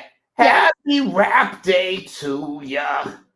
Happy Rap Day to ya. Happy Rap Day. It's Rachel's Rap Day. Happy Rap Day to you. Hey, Rachel. Happy Rap Day. It's Rachel's Rap Day. Happy Wow, it's so Rap Day good. to you. Thank you. Thanks, Sonic. Wow, what an honor. I hope I didn't sing it too fast. I'm known for being pretty speedy. Right. I know. Okay, Sonic, it was great meeting you, buddy. All right, bye. Bye, Ben. Sorry if we didn't have chemistry. Ben? Oh, no. Ben? Bye, Sonic. I'm sorry if we didn't have chemistry. I really It's okay, man. It's okay. What's buddy. that? What's that? No, Wado, there couldn't Wait, be another hello? character. Wado, Oh, who is no, it? sorry, Ben. I'm talking to someone. I have someone here with me, but they're a little bit shy. Wado, who is Hello? it? Is it BB-8 or who is it? Steven Spielberg or? I'm sorry to do this. Do you mind if I introduce? He really wants to talk to you. Sure, I'd love to. Yeah. By the way, to wash out what that Sonic experience was like, I'd love to meet someone new. Okay, but he's very shy, and I think you'll understand why. Okay. All right. Dr. Teeth, bro. Yeah, that's Dr. Teeth from Muppets. Hey, Ben. Can you sing one of your songs? I'm a huge fan of the Muppet movie. I actually love the Muppets. Can you sing one of your songs? Can you sing Happy Rap Day? Happy Rap Day! Happy Rap Day! Happy Rap Day to you! Fantastic! Oh, that was actually pretty good. Nice to meet you. Anybody have any questions for, is it Mr. Teeth, Dr. Teeth? Dr. Teeth, all right! What is PhD, man? What is your PhD in? Rachel, that's a great question. What's your PhD in? Teeth! So are you a dentist? Nah. All right! All right, Dr. Teeth. It was great talking to you, buddy. Wait. Can you sing? Okay, I'm looking up what songs you sang. Can you picture great that? track. I was going to say, great track. Can you picture that? Can you give me one of those? Can you picture? Gotta see it in your mind. Can you picture? All right. Cool, man. Well, lovely to meet you. Yeah. All right. You're probably going to say, all right. Let's do it. Bye, Dr. Teeth. Bye, Dr. Teeth. Bye, Dr. Teeth. Bye, Dr. Teeth. Oh, what was that? What was that? Oh, no. There's no way, Mo. There's no way. Mo, there's just no way. Oh, my friend just wants to come out and say. Who is it? It's just insane that everybody has their friend coming out right now. Isn't that crazy that nobody like? Right? Oh, hello, it's me, Guinan. Whoopi Goldberg from Star Trek. Whoopi Goldberg. Guinan from Star Trek. I'm sorry, I know this is a Star Wars party, but we're doing raspy voices. I thought I'd come visit. I'm a She's huge fan. singing, talking to us through a television. Well, Wait, if how it's through a else? television, then that must be. Is it the actual Whoopi? May I ask you questions about Sister Act and comic relief? Oh, I was hoping you would. Yeah. Fantastic. So Sister Act 1 and Sister Act 2, they were kind of like different movies and different feels. Sister Act 1, I loved. I mean, Mark Shaman did the music for Sister Act 1, who's a genius, right? Yeah. Oh, Tell me what it was like working with Mark. Yeah. Well, let me tell you, you couldn't shame Mark Shaman. He was. Ba, ba, ba, ba, da, da. Da, da, da. It is Joke Week. It is Joke Week, baby. It is Joke Week, baby. It is Joke Week. Sorry, Whoopi, you were saying? Oh, well, one thing interesting is Happy Rap Day and it is Joke Week and Happy Birthday. It's all the same song. I don't know if you knew that. All He's by Mark also Shaman. George Week. He's George Week, Joke Week, and Rap Day. It's insane. Oh, it's hard. It's hard to stay center in a. Anyways, I have a question for Ben. Oh, Wow. Whoopi. By the way, I'm a huge fan of yours. Sincerely, I can't wait. Honestly, Ben, do you know her? Do you know her work from the George Lucas talk show? I'm sorry, did Whoopi Goldberg come on the George Lucas talk show? Yeah, Yes, it's one of Ben. her credits. No, not the Whoopi Goldberg. Yes. Ben, Yes, I was there. I was Also, Patrick, bring up the Whoopi, I don't know IMDb. if you Patrick, remember bring this. up the IMDb for the Yeah, show. sure. Whoopi, I I will don't know if lose you remember this. my but mind. Canonically, you and Wano have dated, Whoopi. Yeah. Oh, I wouldn't say dating. I would say we met for coffee once. Oh, sure. Okay. What was the exact thing that Whoopi said on the show? She said, "Did we fuck?" I Wait, can't someone bring remember. video footage? I don't believe it until someone. Please, someone on Twitter, any video footage Yeah. of Whoopi Clip it, Goldberg strip it, and ship it. talking to George Lucas. You won't get sued by Warner Brothers or Patrick. So, Whoopi, I have so many questions for you. Yes. Oh, but I had a question for you. But let's look at what's happening. IMDb. You know, I had to pay for this service. I'm glad all my credits are showing. Uh-huh. Rita Moreno, full circle for Rachel. There you go. Yeah. Full circle. That Yeah. was me. I did that. Whoop, whoop, Okay, whoop. so what was it like in Ghost, the Yes. film Ghost, which you were Patrick fantastic Swayze. in? Patrick Thank Swayze. you. What was it like working with Patrick? Bear in mind, Ben, this is not Ghost Week. It's not the Ghost Week. Let me Well, tell you well, this: you can't sway Patrick Swayze. Oh my God. Are you He kidding me? is A rock. Banana. Hold on. Stay on this. Stay on this. You really was on it. You got Whoopi Goldberg. You got Whoopi Goldberg, and Shia LaBeouf on the same show. Tom Everett Scott. That's Tom I Everett think Scott. that's a joke about you, Patrick. Yeah, Thank you, Watto. It is joke week. And I liked it. I thought it was funny. Whoopi had to go. I'm sorry, y'all. Oh, Whoopi had to go, Bird? Oh, Yeah, she had the Goldberg. Yeah, baby. Oh. Wow. I'm trying to think of who. I think some people are here that want to talk as well, but I can't do their voices. What? Yeah. You I should feel bring bad. them. They're asking to come out. I don't know if I should. are they shy? They're so shy. All right, let me 1 second. It's okay. Come here. You're fine. So shy. He So has shy. to coax them into coming on camera. They're so shy. Yeah. Thank you, Wada, for joining me. Yeah, I had the coaxing. This is how the coaxing. Rachel, go. how was this the many All season right. Newark premiere, Rachel? So good and very New Jersey. Okay. Bada bing. Bada bing. Gaba be thy ghoul. Gaba. Are they in? Cool. They're here, but they're super shy. Wait 1 second. Hold up. So shy. So shy. I wonder who it is. Sounds like twins. If they were any Shia, I would have cast them as Mutt in Kingdom of the Crystal Skull. Oh. It's Jeffrey. It's a joke week. Sorry, guys. Sorry, this is really embarrassing. Do you mind if I? Did this, whoever this is, they insisted on dimming the lights for this? Well, no. We're in LA, and the lights have gone out now. You know what I mean? Oh, the night the lights went out in Los Angeles. That's funny. Happy joke. It's joke week. Oh my! Oh, R2, we can't say that on Planet Scum. wait a second. Surely I can. R2, don't you want to? Oh, my dog does not like this at all. My dog has come to the rescue. It's okay, sweetheart. Can you show your dog? No, my dog doesn't want to be on this stupid fucking show. Hey! Hey. Good enough for Whoopi Are you kidding me? Goldberg! But think about it. Are you think it's for real? Can you imagine? My dog would be mortified. Mangle Calling showed for her your dog. dog. Who showed her dog? Mangle. You think you're Does better anybody than Mangle? want to? Does anybody want to talk to this? Yeah. Hey, R2, how you Yeah. doing? Hey guys, what's up? Oh, hey, you're doing your off-camera voice. This is great. Yeah, You'll don't get to do it.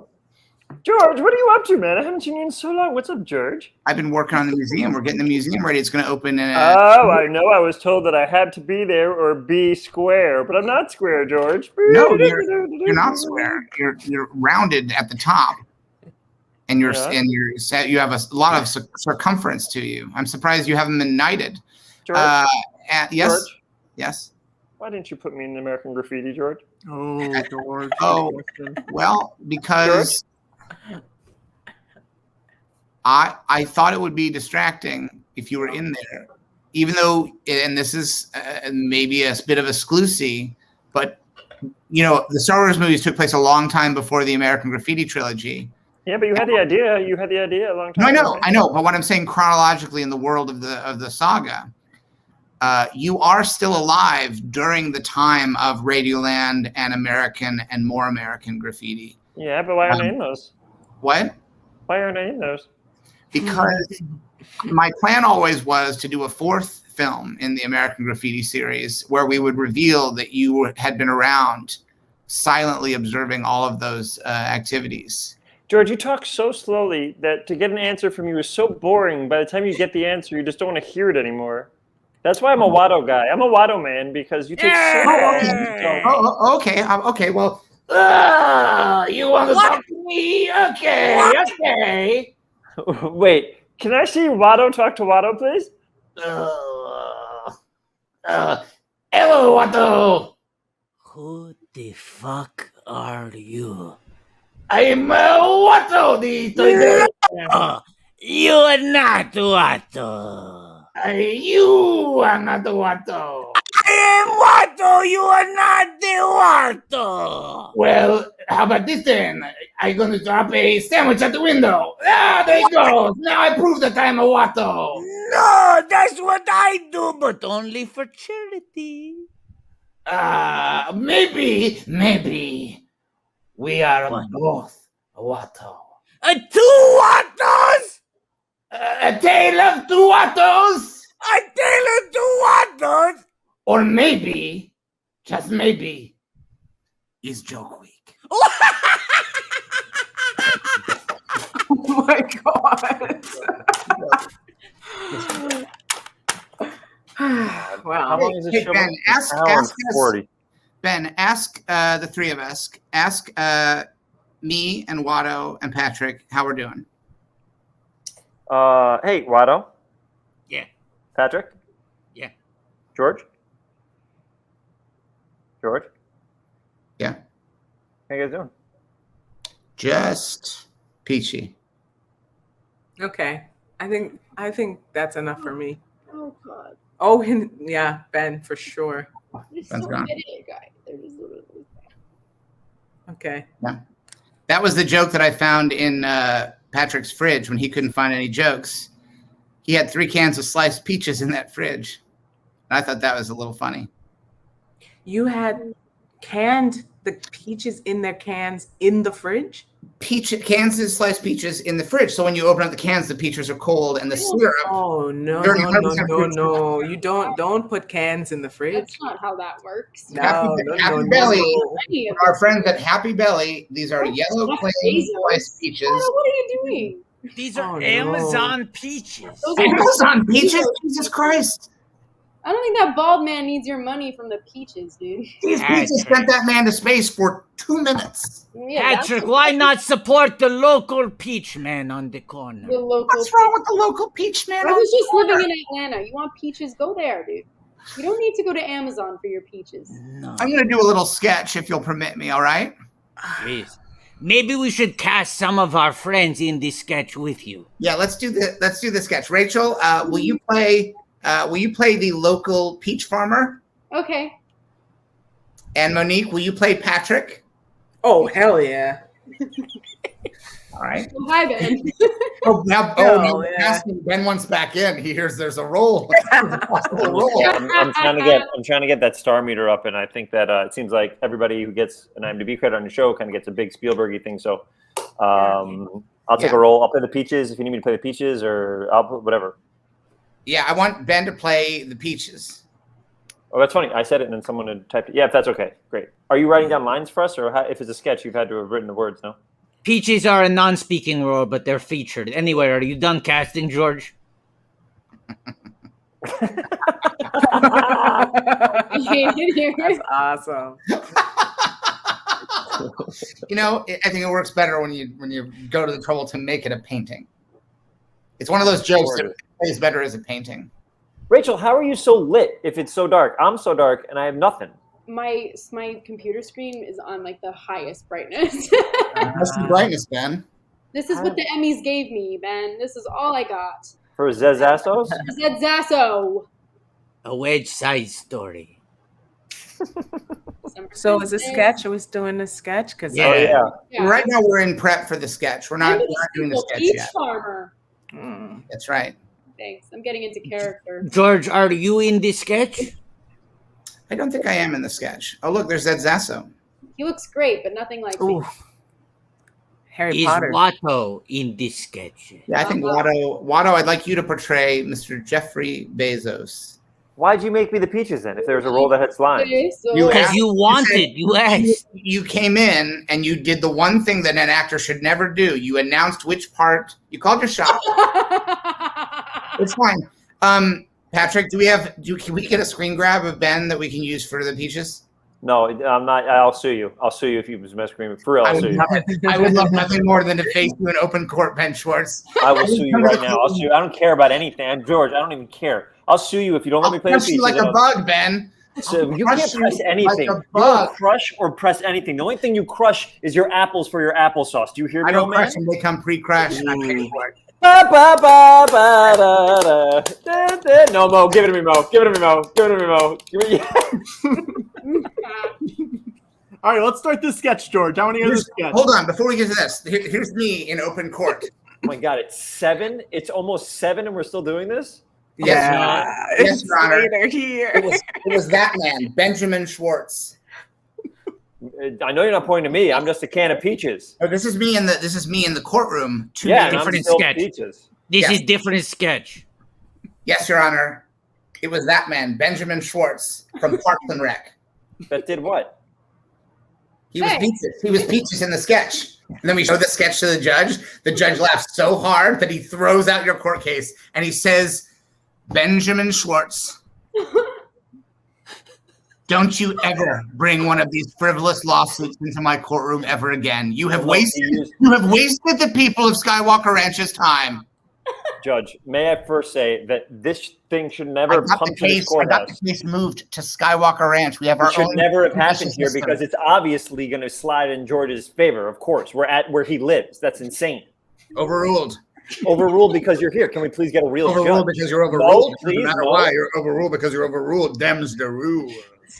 Ding dong. Patrick at the front door. Hello. Hi, What? I'm Patrick Cote Noir. I am famously diabetic. Oh, I'm good. at the front door.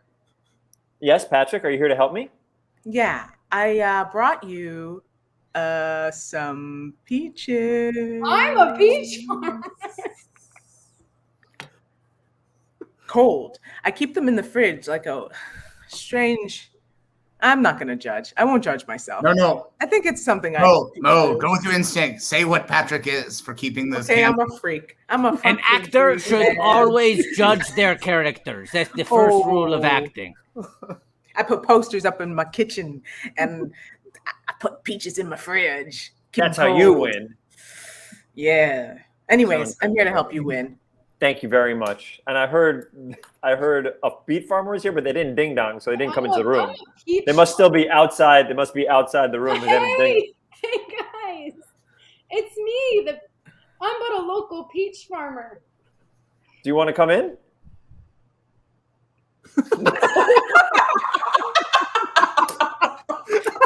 All right, have a good day. Sorry about that, Patrick. Yes, sorry, someone's at the door. Yes, please come into the courtroom. Oh, hello. Not Watto. Who are you? You're Jeff what are you? Bezos. I got the question for you, Ben. A question for me? In court? Yeah. Yes, Here's the question. You want to get sued again? Because I'll do it and I got the money to back No, up. please don't. Jeff, what would you like, sir? Sorry.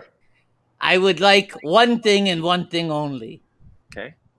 To sue you! Okay, for Try- what? For not. Jeff, you need more time to think why you want to sue me or no? No, I know exactly why I'm Then just say building it. up Just say it. dramatic suspense. I am going to Sue me. sue You told me. you For what? for Well, there you not go. Not being being. If funny you need more enough time. Funny in enough. the Peaches sketch. In the Peaches sketch. The sketch, I played Peaches. I had no lines. And your resentment over the casting shown through. No one likes an unhappy actor. There are no smart parts. This Only sketch is too small meta. actors. You I got don't to like put this. your heart into the role of the Peaches. Oh, put your heart into the comedy. Is that what you're saying? Yeah. I'm a peach farmer. Are you inside? Can you tell us where you are? Ding dong! I'm gonna go outside for a second. Did you Oh. go outside to ding dong back in? Or are you a No, new I person? ding dong from inside to go outside. Creak! I'm walking outside now. Oh, hello, a peach farmer. Hi, Jeff Bezos. I love that song that Bo Burnham wrote about you. I'm a peach. Oh, peach farmer. I love peaches. I've always wanted to have my own line of Amazon branded peaches. Have you ever considered funding local farms to bring you said peaches instead of mass producing somewhere else and not paying your workers? Peach farmer, what a great idea. Guess what? What? You just got yourself a deal. Really? Let's shake hands on it. Shake. You Great. know, I'm just So a nice. small peach farmer in this big world. Yeah. I'm so happy to have met you. This is so great. By the way, the terms of the deal are you have to give me 1 billion peaches in the next hour. I'm Ding Amazon. dong. That's the inventory I need. Wait, ding dong, Sure, ding that's going to dong. be Ding dong, ding okay. dong. Ding dong. Wait, should be ding dong. we're Wait, what's up? outside. Ding dong outside? Where are we? Yeah, Ding dong yeah. outside? My heart. There's a door to outside, and I'm ding dong. I'm gonna Okay. open Yeah. the door to the inside. Peach Farmer, wait 1 second. I'm going to open the door to the inside. Okay. Creak. Uh-oh, it's me, Bo Burnham. I'm inside. Oh, dun, dun, dun. I don't know why I went John Cena. Dun, dun, dun, dun. Dun, dun, dun, dun. Oh, I missed it. I was out. You were- Oh, you were John going- Cena's here? You were out or you were inside? I just gave a really good dry cry too. You did a great dry cry. Damn it, guys. Great track. This is why Rachel, I got can you baby. Rachel, can you do just one line of your audition for West Side Story? Any one line. Okay. For my audition. Do you need Yeah. anything from us or no? I just need I need someone to be Steven. Obviously, it would be George, right? Right. Yeah. Yeah. Yeah. So George, love just give me any direction, and I'll do a line from my first audition for West. Has Side to be a real line, Rachel. It has to be a real line. One that was But- from my audition, or one that made it into the film. Benjamin? Audition. Yeah. Because Mo But and I no talk about audition spoilers. stories. Yeah, no, don't tell us what happened in the movie that came out 50 years ago, 30 years ago. Okay. 30? Well, 50. George, I'd like some direction, please. All right. Just I this is gonna be a great movie. I'm very excited that you're part of it, or that you're gonna be part of it.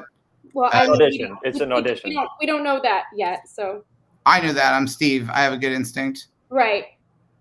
Sorry, how silly of me. What a fool I've been. I like the fact that you owned it, and that's part of the reason why I have a good feeling that you're probably going to be Maria. But it's yours. The part is yours to lose at this point, basically. It's the first audition, Steve. Let other people. Jesus, you're rushing so quickly. You realize I I said auditioned this for to everybody. The like part is yours to lose. This is how I do it. The Oh, part is yours to lose. part is mine to lose. And that's what I do. When someone comes in, I cast them immediately, and I say, the audition is up for whether you lose the part. Then. Right. So you sign paperwork before anybody says one Yeah. word in audition. Let's fill out all the paperwork. Because if they're really if it's meant to be, it works great. And this is what you say to literally everyone who auditions for any part in any of your movies. I don't know, Absolutely, it took me absolutely. so long to book. Yeah. All right, Steve, please, to the audition. All right. Tell Bernardo I don't want to go to the dance. I got los calambres. That Perfect. means Right. cramps in Spanish. Wow. That was a line from my audition. Thank you, everyone. Great. Yay! All these friends. Look at her with all of her friends down there. Oh, that looks so good. The gang's all here. The The gang's gang all is all here. there. Oh, Your hope- wrecking crew. I hope that some people write some fan fiction about Dr. Teeth, Guinan, Sonic the Hedgehog, and R2D2 having an adventure together.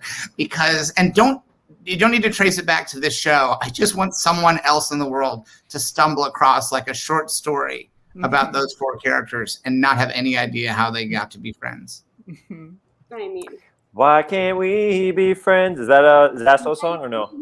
Yes, that's a Zasso song. They could easily play that on Zasso. well, on that note, Whoa, Oh, can we just leave whenever we want? Ben, this is Welcome, like when you lost. Ben. You could have clicked your feet an hour ago. You could have been gone. All right. go. Click. Click, click. There's more IMDb credits to get on there. Is that the So- only reason why you're coming back on this show, Rachel? Yeah, to just keep stacking up credits until my movie comes out. Rachel, it has been pointed out that since you played the role of the local peach farmer, that is now your first non-self IMDb credit to be released. I mean, Someone get that up there. I think I killed it, and the Academy's already calling. Uh-huh. Good to So I just want to say thanks. Mhm. Oh. And this may be the last time you hear from me. I'm blowing out. Wow. Rachel, we will always be friends. Yeah, Rachel, why do I suspect you'll be back here on the George Lucas Talk Show the next time you want a blockbuster role? Hey, because, well, I love being on the George Lucas Talk Show. I remember my roots. I don't forget from whence I came, Watto. That's Mhm. right. This was my first release credit, after True. all. It's true. Yeah. One day, Hey, I- hopefully, we go through my IMDb thanks credit where people thank me in their speeches, and then maybe someday. Someone will thank Patrick, you. let's get a thanks up right now. Thanks, Rachel. We'll give you a special thanks. We're gonna give Thank you Rachel. extra special super thanks. Can we get that credit? I'll try. It means Patrick's a little IMDb goblin, so he can make it happen. I'll try. thank you. All right, thank I you, have a Rachel. question. I Yes. have been on George Lucas Talk Show. This will be third time. Ooh, Have an IMDb credit. Yes, you do. Yes, you I do. don't. I just Oh. checked my. I just Go checked. check. Go check again, Monique. Do I have an IMDb credit You from all the George do. Lucas? Really? get ready. Oh, Ben's already gonna sue for that. Get ready. man. Rachel, if you gotta go. I do have to go, but I love Bye, you all. Rachel. It's Nice been to a meet you. Bye. I'm also going to be leaving soon. Once we hang on. Once we But Rachel, nice to meet you. Nice to meet you too. Bye, Nice to Ben. meet you, Rachel. Lasso for Clear Skin. And West Side Stories in theaters December 10th. December 10th. Bye. Oh. Monique, here's Monique Moses' IMDb page. First, when she was on the stage show, Wow. Playing my wife. The Empire Strikes Back. Playing my wife. And then here we go. Look at these. 2 episodes of the George Lucas Talk Show. Pretend it's a jokey. And Mo, do you improvise in ASCAT or do you do monologues? I do. I improvise, yeah. Oh, I can't wait to see you improvise. But I never did. I know you probably did it a million times. I never was doing it. I didn't do it back then, unfortunately. I left to. Were you always New York or did you do LA ever? Always New York. Oh, I must have just missed you. When did you start going up for ASCAT? I would say 2019. Oh, I missed you by a decade. Really? Yeah, I'm old. Huh. How cool! How exciting! How nice! Monique, are you just absorbing the reality that those IMDb credits have been sitting there like an unwrapped present? Well, okay. It's weird. If you look under mine, I don't understand. Maybe it's like 3 times for me. Uh-huh. I don't know. And he should be credited for the stage show for the LA one. Is he credited? Yeah, he should be. Hang on. Let's In see. what? Oh my god, this is unbelievable. Here we go. We got to keep So going back. important Where to is me. it? Where is it? It's not there, guys. There's You- look at those 11 ASCAT credits. Wait, stop. I have a question. Can There it we go is. up? There it is. Boom, boom, boom. Boom, Wait, boom, go boom. up. I'm so confused. Yeah, sure. What does it mean to have an ASCAT credit?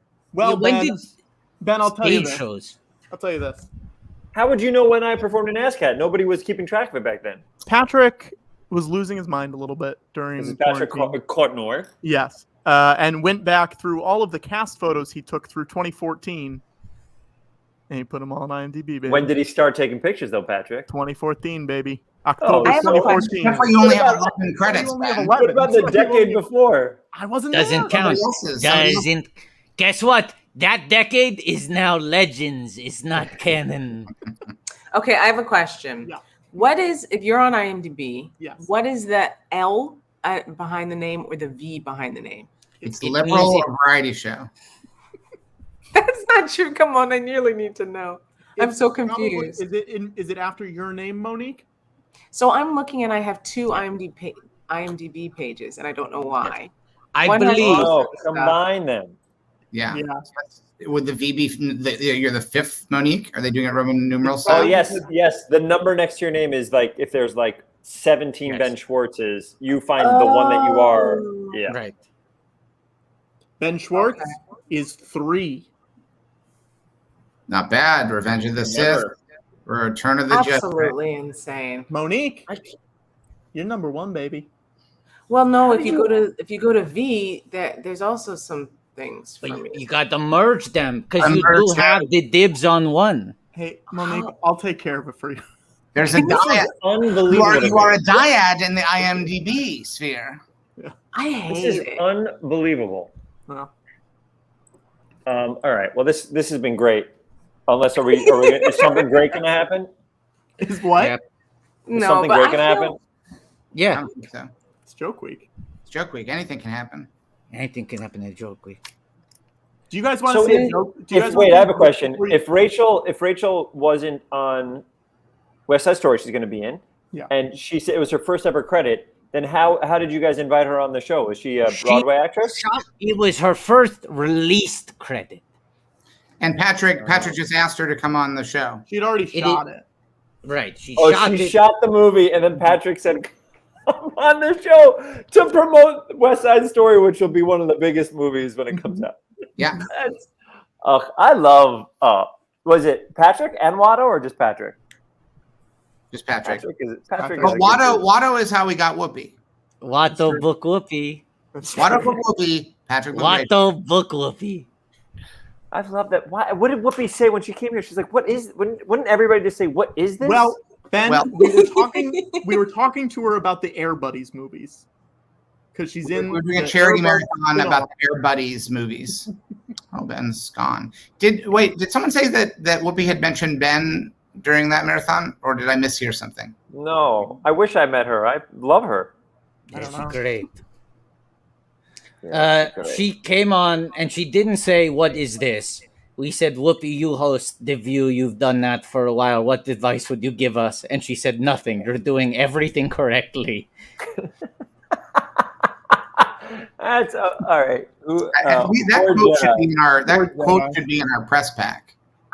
Yeah. Poor Jedi. Wonderful job.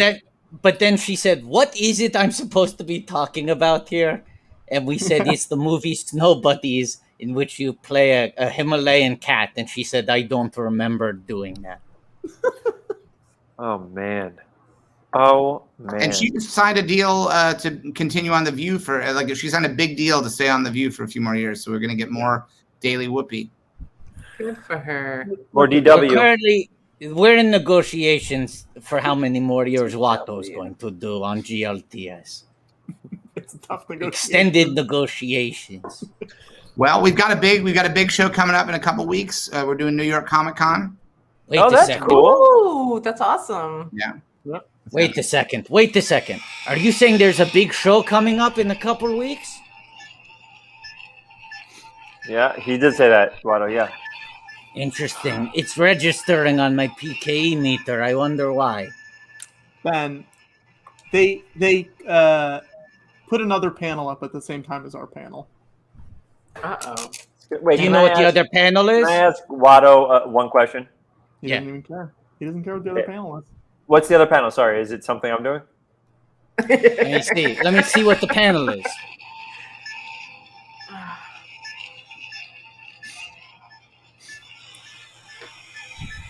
Ghostbusters Afterlife.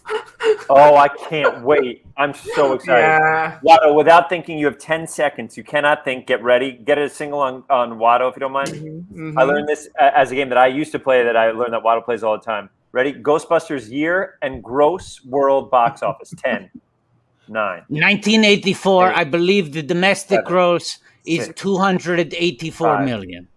4. 84. You wait. I'm asking for world gross, so you get one more shot at it. 3, World gross! I'm going 2, to say Ghostbusters 1. is 1984, and I'm just going to say the worldwide gross is 412. 296. Wow. For world? For world. That seems too low. U.S. and Canada 243. May I ask you one more, Watto? So it didn't do that well overseas. Ask Ghostbusters 2. Ghostbusters 2. Year worldwide. Okay, Ghostbusters 2, 1989 God, is that's the amazing. release. It is. Bill took 5 years off. World.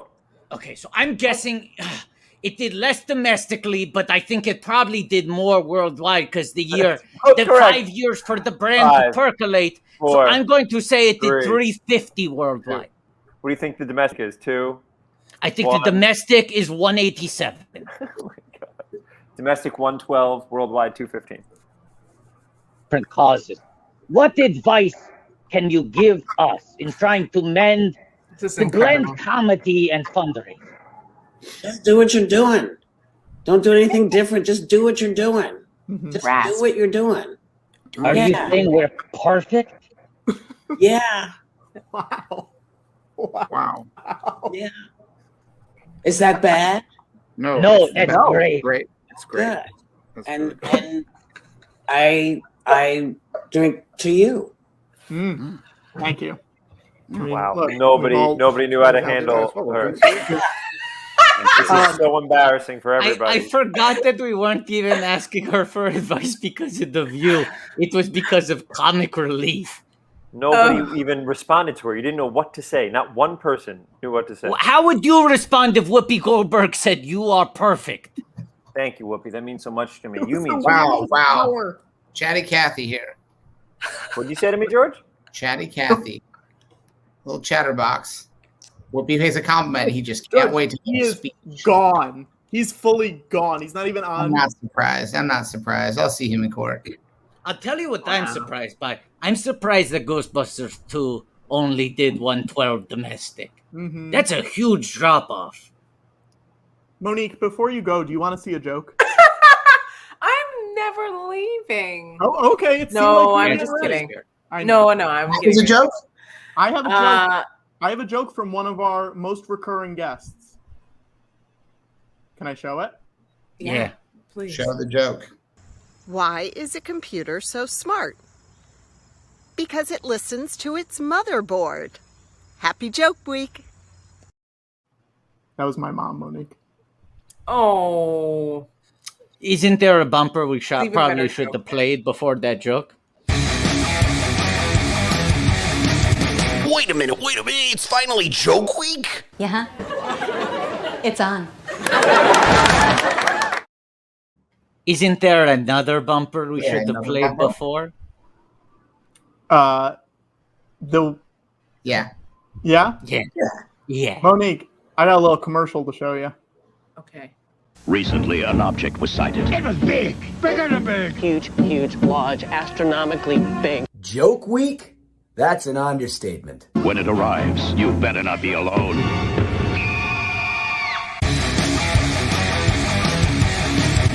Hey, what are you doing here? Get out of here. It's Joke Week. Sorry. Was the Haley Joel Osment bumper the one you wanted to see? No, Patrick, what was the clip that you played? Oh, sure. Let me find it. I didn't want people to get excited and think she was here. It's a Julie Jamboree! You didn't want people to get excited about your mother, Julie Cotner, being on the show, so you didn't play the bumper before playing the clip of her on the show. Monique, thank you so much for coming on. We really appreciate it. Thank you for having me. I miss Ben so much. Do you have anything you want to plug? You're a busy bee. You've been working on a lot of stuff, Monique. Buzz. Yeah, there's, you know what? 2022, there's a Big Mouth spinoff coming out called Human Resources. I wrote on that, so you guys should watch it. You'll love it. It's a workplace comedy with the hormone monsters, and it's very, very funny. Mm-hmm. And as always, Astronomy Club. If you haven't watched it, get on Netflix and watch it. It's fun. It's right there. There's one more. You work on a dang talk show, Monique. Oh, it's okay, so on Peacock coming up, they're doing a kids version of The Tonight Show. This one might not be for the audience, but if the audience has kids between 7 and 12. Monique, I think you'd be pretty surprised by how juvenile our audience can be. Okay, well, it's actually a very smart show. So you're the one I would say that underselling they it. should watch it. Well, our audience is pretty smart. Excellent. Guys. It's Tonight Show for kids. So there might be some people who are like watching the regular Tonight Show and they're like, I want something just a little bit less adult. Yeah. Truly. Yeah. Truly. And it was filmed at 30 Rock, right across the way from Jimmy Fallon's studio. Yeah, it's great. So you'll love it. It's very fun. Well, I can't wait. I'll turn on Peacock and just wait for it to air. Yes, please do that. Everyone go to Peacock, Guys, turn it on, and wait for it to air. Thank you so much for having me. Wait. Yes, Watto. Yes. Wait 1 second. I have a joke I want to make before you leave. I Wait hope 1 it's second. pizza related. Huh? Maybe. Hang on, Monique. Hang on, Monique. Hang on, Lord. Monique. Oh, Monique, Lord. I don't know what's happening. Patrick just walked into the kitchen for a second. That's where I'm at, by the way. Okay. We didn't switch places. No, he just needed something. What is that? Maybe just show I am very excited to watch Hey. On Peacock in the future. A show Love it. I'm very excited to watch on Peacock in the future. That's what it is. A show I'm very excited to watch on Peacock in the future. That's like your Con Edison bill. The Tonight Show for kids. Woo! Kids Tonight Show! Yay! That's Bye, you know, Monique. Johnny Thank would you. be proud. That was really Monique. good. Bye. Karnak. Yeah. I was doing Karnak. Yeah.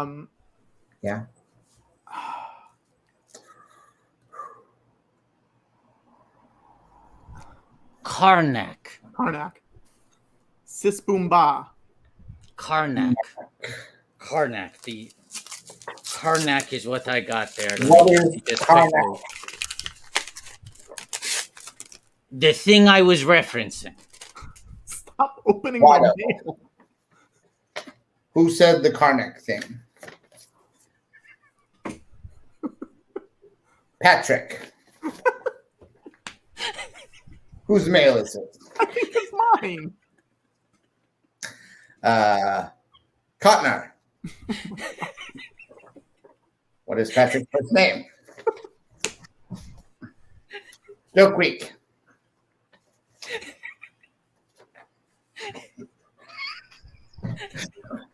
When is Rap Day?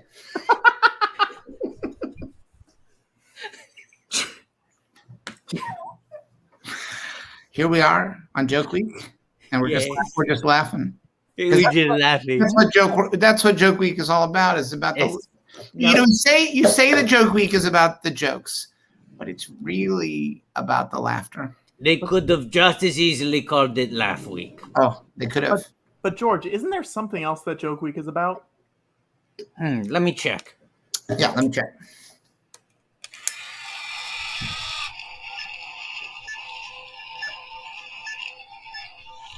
What else is it about?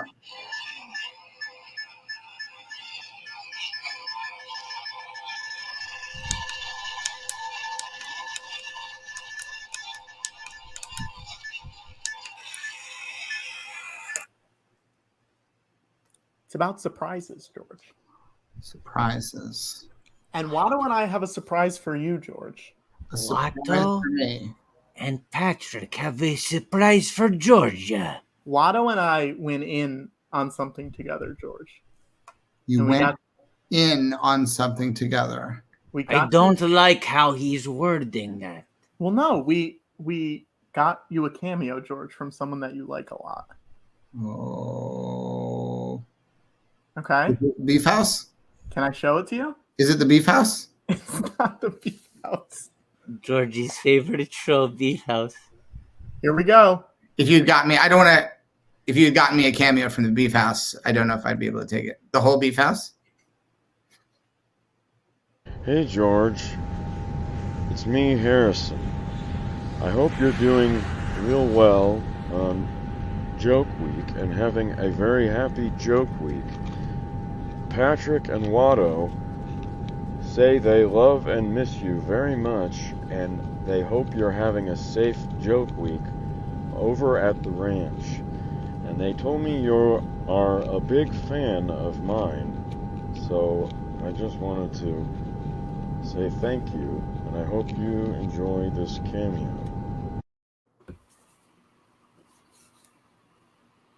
That's a good cameo. It's a good cameo. I like how he told you that we miss you and hope you're doing well. Yeah. It's true. It's true. Bro. It's Never true. not missing you, boo. NNMYB. Not NYB. missing you, boo. Never not missing you, boo. Never not missing you, boo. Never not missing you, boo. Never not missing you, boo. Never missing you, boo. Never Right. Not MYB. missing you, Bull. Never. Never. Not MYB. missing you, Bull. Never. Not. MYB. MYB.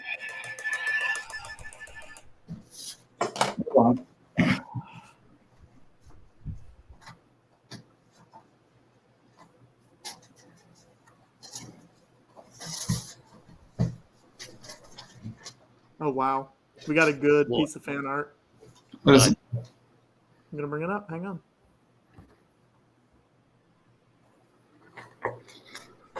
Oh, Zed Zasso. It's good. That's good. That is from Yes. GF Class. Jeff Class, a name I don't know if I've seen fan art from before. Well, That's he's in exciting. session. We should remind everyone, we did bring it up earlier. Guys, if you've enjoyed the show. If you've enjoyed the show, this is an if. Now, maybe you haven't enjoyed the show, in which case we do actively encourage people who are not enjoying the show to seek entertainment elsewhere. It will not be much different going forward. I agree. Patrick, I would like to remind you of something as well. Yes. Dear friend, let me ask you to picture some scenes in your mind. There was the night that Kevin McCarthy, the Republican leader in the House of Representatives, voted against certifying Joe Biden's victory hours after McCarthy had unsuccessfully begged Donald Trump for help in ending the January 6th insurrection. There was the day McCarthy made a pilgrimage to Mar-a-Lago to plead for Trump's forgiveness for saying what everyone knows: the former president was responsible for the riot. If you think those scenes are disconcerting, please picture this one. McCarthy setting the agenda for the people's house. I will fight with everything I've got to keep that day from happening. I hope you will too. This letter's from Nancy Pelosi, by the way. That's why I'm urging you to join the organization. Oh, George has come to help read the letter. Clarify this. Yes. This is a love letter? Yes. To Patrick. From Nancy. Sincerely, Nancy Pelosi. Let's get some fan art right now of Patrick and Nancy sitting in a tree. K-I-S-S-I-N-G.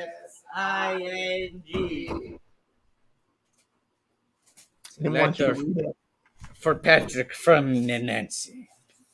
Should we give her a special thanks in the credits too? Yes, her words were read aloud. Additional material. Should she get a written by credit? Additional material by Nancy Pelosi. Please. This note is 3 pages long. Oh my goodness, she is into you, Patrick. Good. Good. How many times? Spill. How many times has she written you, Patrick? Is this the first? I would say too many. Is what I would say. Look, she wrote it in red lipstick. Attention, Speaker Nancy Pelosi. That's her. She paid for you to write her back. Have you ever written her back? No. Oh, that's smart. That's smart. So she keeps writing. She is into you. How many times, if you had to put a number on it? 2 times, 3 times, 5 times more? I would say more. I would say I've gotten upwards of 10 letters from Nancy Pelosi. 10 letters? Oh, let's get some fan art of Patrick with the 10 letters. And he's reading them under a willow tree. I do just want to highlight one comment. I don't blame her. Patrick is hot. Thank you. Oh my God. Can I say something? Yeah. The numbers tell a stark tale. It's going to take everything we have to hold on to a Democratic House of Representatives in 2022. Call it majority math.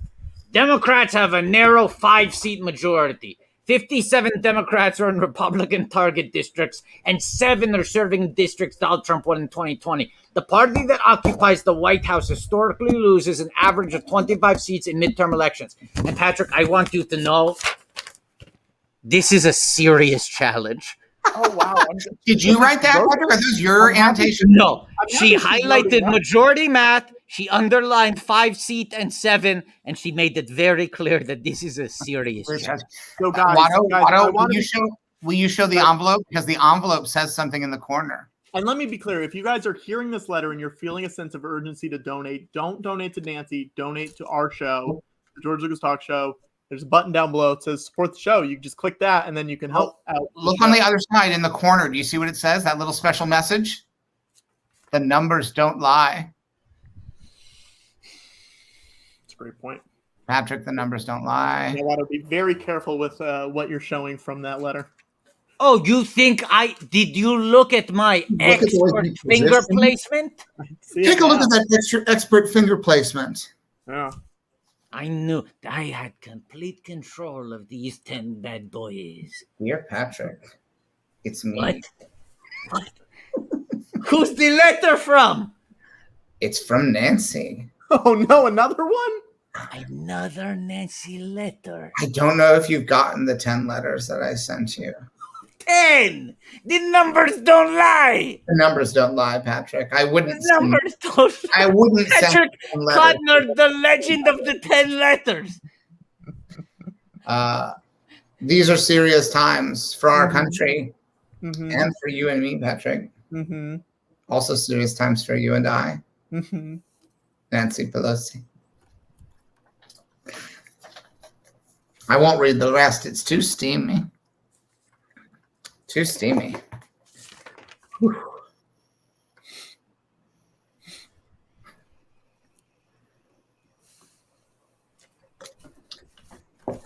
This joke. Can I read this letter? Sure. You do whatever you want, Patrick. Keep your phone connected to your current phone jack while your number transfer is in progress. Whose phone? Whose phone jack? This is from Spectrum Wi-Fi. Whose phone jack? Phone Jack City, is that something? Is that something? That's something. Must be something. I don't know if it's good, but it's something. Phone Jack Horseman. How about Phone Jack Horseman? That's something. Make some Phone Jack Horseman. He got a horsey phone. Make some Phone Jack Horseman fan art. Tag Lisa Hannawalt. Tag our show. Yeah. Patrick. Phone Jack Horseman. Patrick. Patrick. Do you know that because of Republican control of state legislatures, itself achieved through partisan gerrymandering, Republicans will have total power to redraw 181 congressional districts, and in a fair fight, they never win elections? That's a great point.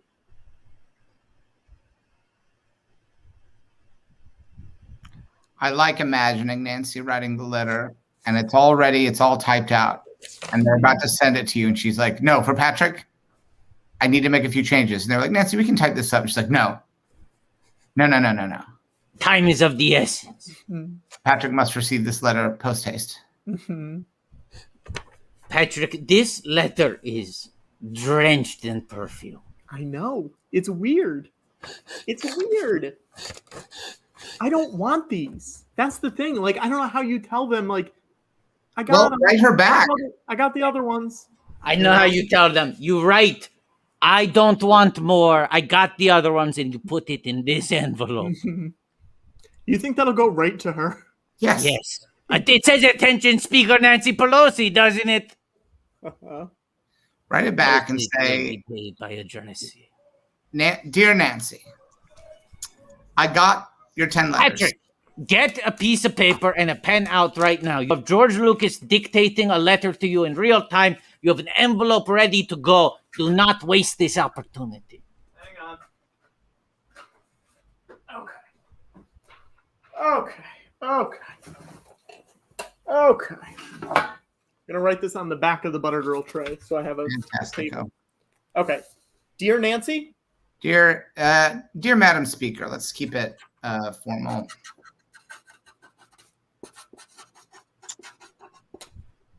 I got your 10 letters.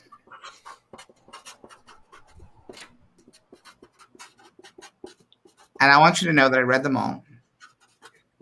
And you have my support overall politically. I'm in sympathy with your basic goals.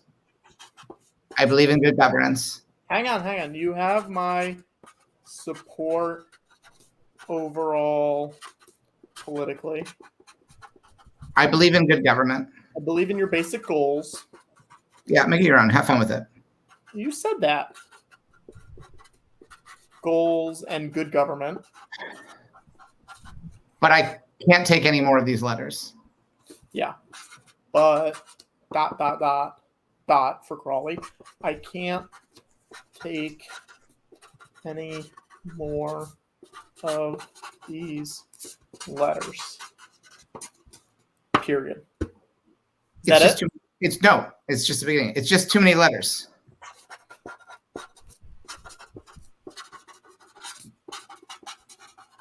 Yeah. If it were any more letters, it'd be the frickin' alphabet. That's a good joke for Joke Week. Happy Joke Week.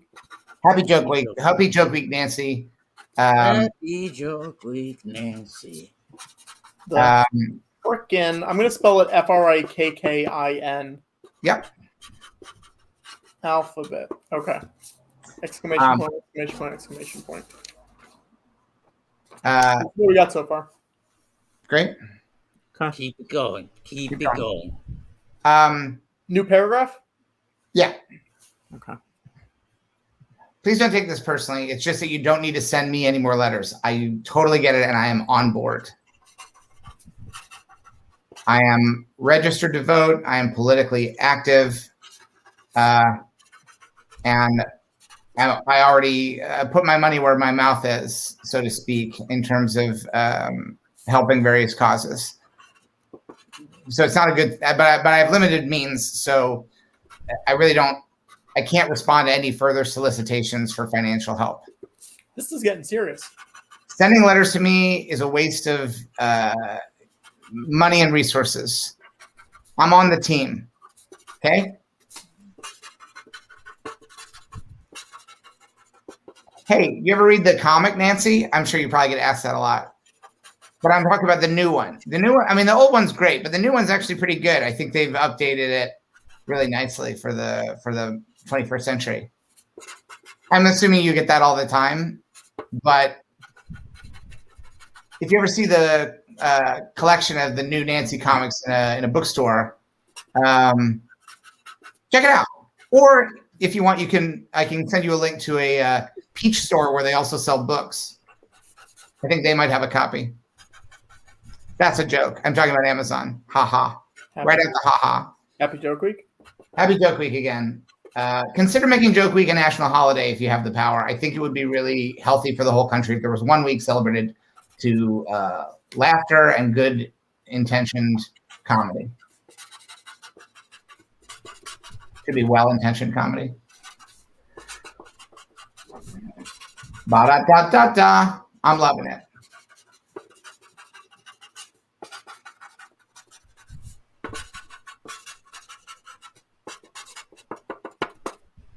Okay. Hope all is well.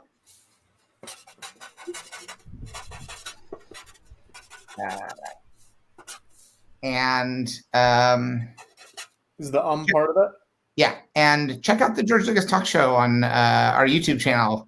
Yeah. I really care about the views, the number of views we get. But even if you could just get the people in your office to just click and have it play in the background, we'd still get the views from it. And listen, this goes for anyone watching. If you just play old ones in the background, it's great. You know. Don't write this part down. Someone says that they don't think you're actually writing this down. Why would they say that? I know it's Joke Week, so maybe they're joking. Look at all this. He's not doing it. Oh, this letter's going to get you put on a list. Yeah. Sincerely yours, Patrick Hatatui Cotner. Can I add a PS? Yeah, Let me finish. Land it for us. A postscript. PS for Planet Scum. Hey, nice. Well, don't step on my PS. PS. There's a button down below that helps support this show. Ha ha. We can ask for money too. And listen, I'm going to write this to Nancy, but if you give $4, that would be great. If you give $2, that would be great. If you give $1, that'd be great. If you give $25, that would be great. Patrick. I'm just saying this to Nancy. Patrick! It's joke week. You know what that means? I'm writing Happy Joke Week again. Do you know what that means? No. People could be donating funny numbers. The numbers you said weren't funny. That's true. Well, I mean, you were making very serious. I know 2 funny numbers, but they feel like the obvious funny numbers. Are there any other numbers that are funny that are not normally considered funny? Yes, I can think of a number that's funny that no one else has thought of before. Yeah, sure. Wait, no one's thought of the number before, or no one's thought? No one has recognized the inherent comedic value of this number. Uh-huh. Make me full screen. Yeah. 69. Oh my gosh, Watto. That's funny, man. That's funny. Now you get it? I get it. I mean, listen, if you want to donate $69, yeah, sure. Be pretty funny. That'd be funny. Or if you want to donate a smaller amount, rather than rounding up to the nearest dollar, bump it down to 69 cents. Yeah.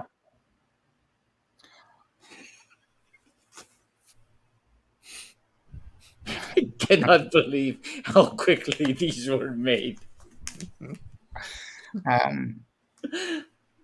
Yeah. Yeah. It's really something. That's really something. Patrick? Yes. Please remember to make your check payable to the DCCC. Mm-hmm. 2, sign and date your check. Mm-hmm. 3, mm-hmm. ensure the amounts in the payment box and payment line are complete and the amounts match. Yeah. Exclamation. Yeah. And 4, include your signature and expiration date if you are making a credit card gift. Thank you for your support. Nancy Pelosi. Shetling has a joke to make. I know. We got to ask, why did Patrick cross the road? And then later he asked any guesses. So yeah, let's pay this off. I can't wait to hear this. I can't wait to hear what this answer is. I don't know, Tom. Why did Patrick cross the road?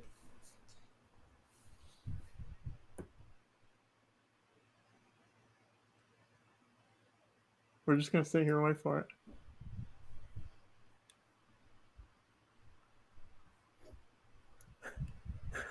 It's a good one.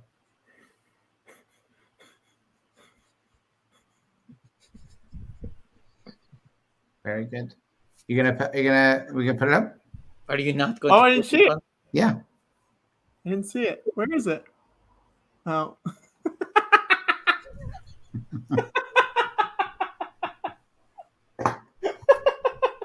Patrick's a hat man. I'm a hat man now. That's new. That's a new thing.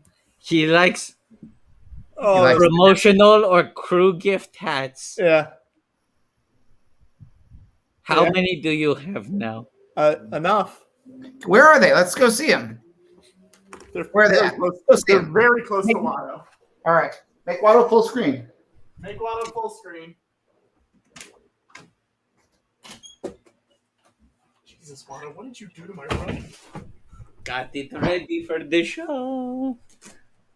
I do keep them in my Studio 60 leather bag because it's the easiest way to do it. Yeah, let's take a look at these. Let's take a look at Here we go. All right, hat show. Tonight show, Jelano. Back in therapy. What's that? Analyze that. Yeah. The hat. Analyze hat should be the joke. Brady Bunch. I believe that's from the movie. Okay. The Last Witch Hunter. It is also the 1-year anniversary of Vin Week. Someone pointed that out. This is Boris and Natasha, the movie. Not Rocky and Bullwinkle, the movie, No. but the Boris and Natasha movie with Dave Thomas and Sally Kellerman. This is Spider-Man 3. Pretend he's in Heartless. I don't know what that's from. That's a Horde Jedi original. The Jay Leno show. That's the primetime show, yes. Yes. It's about time. 1600 pounds. 1600 pounds. Remember that? Remember those days? It's about time was the catch. Episode 1, The Phantom. Iwato. Antoine Fisher. Denzel. Oh. Oh. It's not a promotional one. Oh, how telling. Old news? It's a Opus Mareshi pilot that never went. How long ago? Maybe like 5 years. Yeah, that's old news. Old news. Dave. No, this isn't really a promotional hat, but He's in Indiana That's Jones. an Indiana Jones M&M's hat. M&M. Forgetting Forgetting Sarah Sarah Marshall. Marshall.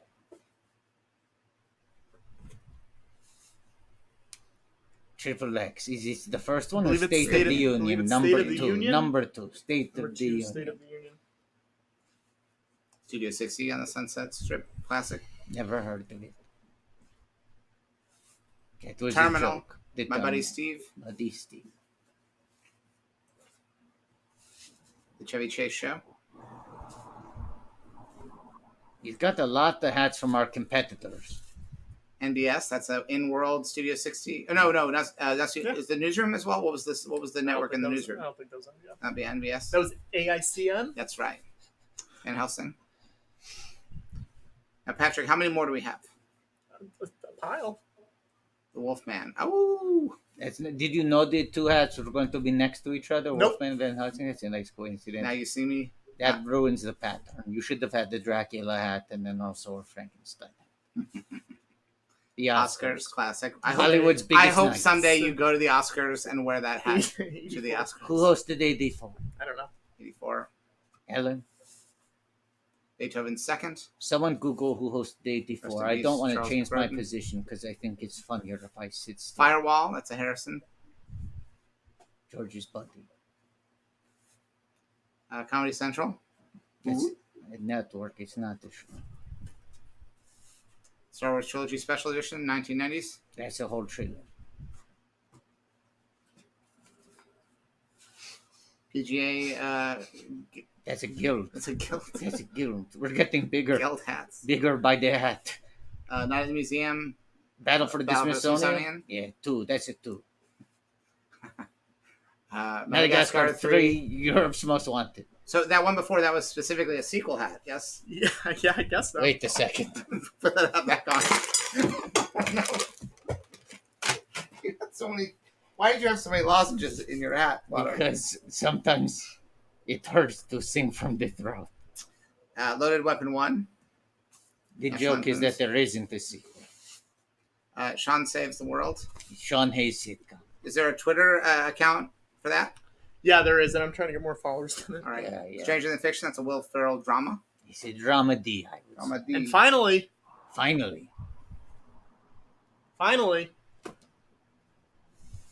Oh. Now, Patrick, I want to ask: will you try? I'm looking at these piles. I'm gonna keep this hat on. No, Try to put well, them all before on. you, no, before, yeah, try and make a super hat. Try to see if you can wear all your hats. Patrick, what did you do? You made such a mess of this room. Patrick is making a super hat out of all of his hats. And there's a possibility that at this moment, Patrick might be the hattiest man in the world. Bartholomew Cubbins is shaking. in Kneel his down a little boots. bit. Oh, look at that. Patrick, the hattiest lad in the world. Bartholomew Collins is shaking in his boots. It's a lot easier than I thought it would be. It's so much easier. I thought I was asking the impossible. Bartholomew Collins is shaking in his boots. Oh. Okay. Geisel. Okay, let's go back to our seats. All right. Tell you what, it's a lot of hats. Oh, it's a lot. And as our friend Nancy says, the numbers don't lie. Bartholomew Collins. Is it Cubbins? Patrick. Bono.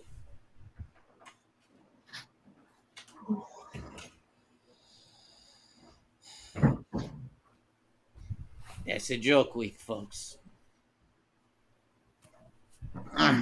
Maybe that's the way the joke week crumbles. The lozenges fell out of my sequel hat and the butter broke. It was very funny physical comedy when it happened, Watto.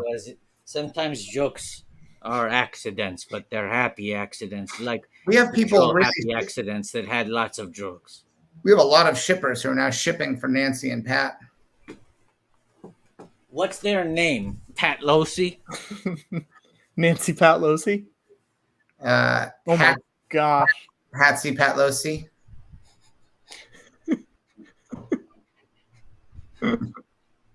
Hat trick Pelosnor. Hat trick Pelosnor. Hat trick Pelosnor. I like this one. Nance trick Pelot Noir. Noir. Classy. Yes. Well, I don't know. We should probably end the show, right? What reason is there for us to even stay on the air? What could possibly happen that would top what has already happened on tonight's stream? I have a video from a friend of ours. Let's see it. It's going to go over our faces. When I see it. So, Watto, go to the edge of your screen so we can watch it in the middle. Okay. Okay, you ready? Wait, or just to set like you're doing? George, it's going to totally cover you, I think, but we're going to play it anyways. It'll cover me.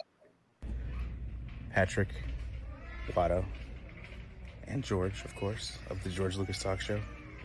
I just want to wish you guys a happy joke week. And I got a joke for you. And that joke is the price on a Hamilton Beach kettle. $34.99. A bit too expensive. That's a joke. That's right. I'm here in Target, but I'm wishing you guys a happy joke week. Will Miles, the best in the biz. From the original Joke Week. He was there when we coined Joke Week.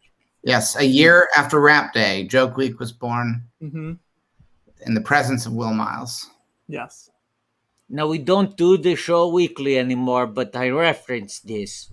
This is the 1-year anniversary of the release of Vin Diesel's hit single, Feel Like I Do. The week after Joke Week last year was Vin Week. So we should just pay a little respect to Vin Week because we're crossing over from Joke Week into Vin Week tonight. Do you want to... It's Watto, yeah. Do you know the words to that song? I don't know you, but I feel like I do. And I saw you when I walk in the room. Every time I go, I keep on. I don't know you, but I feel like I do. Feel like I do. I don't know you, but I feel like I do. And I told you to walk in the room. Everything good, everything I I don't know you, but I feel like I do. Feel like I do. I don't know you, but I feel like like I do. And I saw you when I walk in the room. Everything was good. I just feel my stomach turn, but I don't know you, but I feel like I do. Feel like I do. Happy It's actually a good, like, that's how I feel about that song. Because, like, I don't know that song, but I feel like I do now. Yes, you know it. That song, but I feel like I do. I would also say that it's true that we don't do the show weekly. That doesn't mean that occasionally we don't do the show weekly. EA. This is true. And can I say something else? Yeah. I don't know you, but it feels like I do. And I was frustrated when you walked in the room. Because every single word makes my stomach turn. Cause I don't know you, but I feel like I do. Feel like I do. That time I had the lyrics. Oh. I don't know you, but I feel like I do. But I don't see you. You know. Every single word make my stomach turn, but I don't know you. What if you like? I feel like I do. Feel like I do.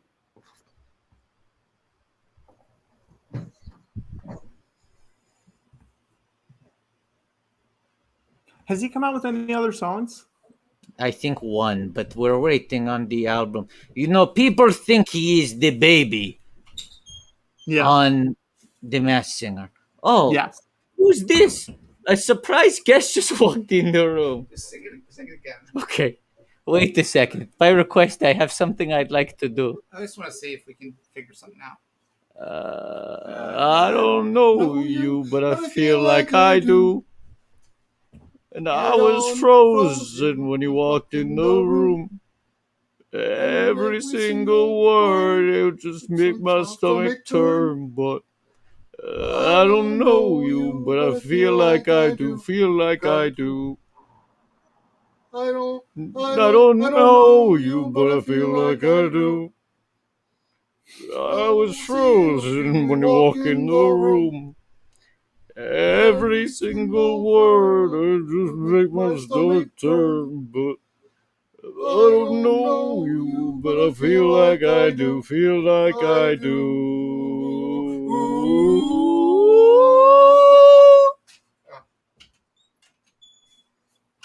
Happy Vin Week. Happy Vin Week, everybody. It's a good one from Kevin Woods. Can I pitch a new show? Can I pitch a new show? Yeah. Vin Vassal. Sure. Tell us more. He's going to win all the Emmys. Give a It's plot? another. It's a Wedge Side story. Mm-hmm. Vin Vassal starring Vin Diesel. Happy Vin Week. Mm-hmm. Patrick. Watto. George is George. not doing this right. George always runs into trouble when he tries to do this. Second unit, George. George is just fully showing off my apartment. I don't know you, but I feel like I do. I was frozen when you walk in the room. Every single word, you just make my stomach turn. But I don't know you, but I feel like I do. Feel like I do.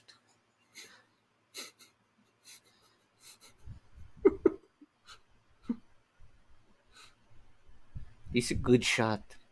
Now, George, run up and down the stairs. I feel like I'm watching Night of the Hunter.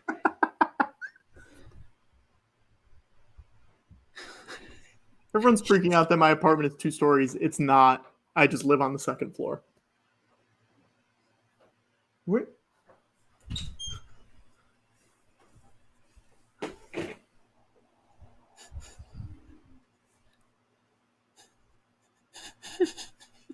I don't like it. Say this. I don't know what's about to happen, but I'm excited. I don't quite understand what is being set up. Such a bad idea.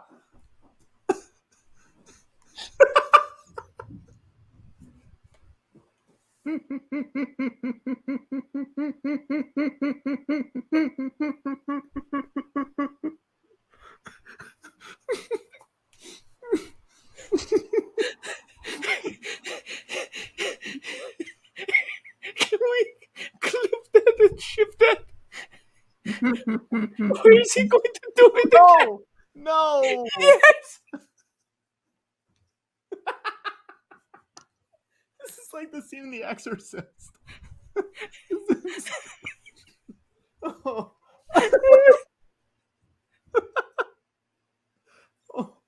Oh. Oh, George. Oh, George.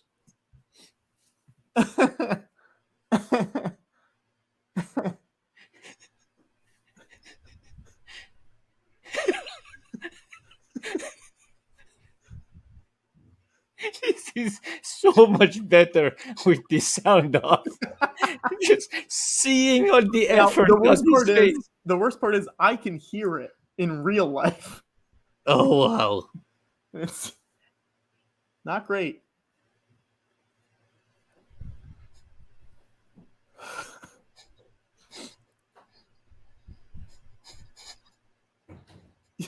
Y'all done?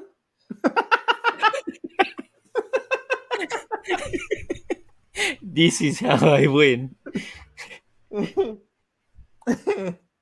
go in my fridge.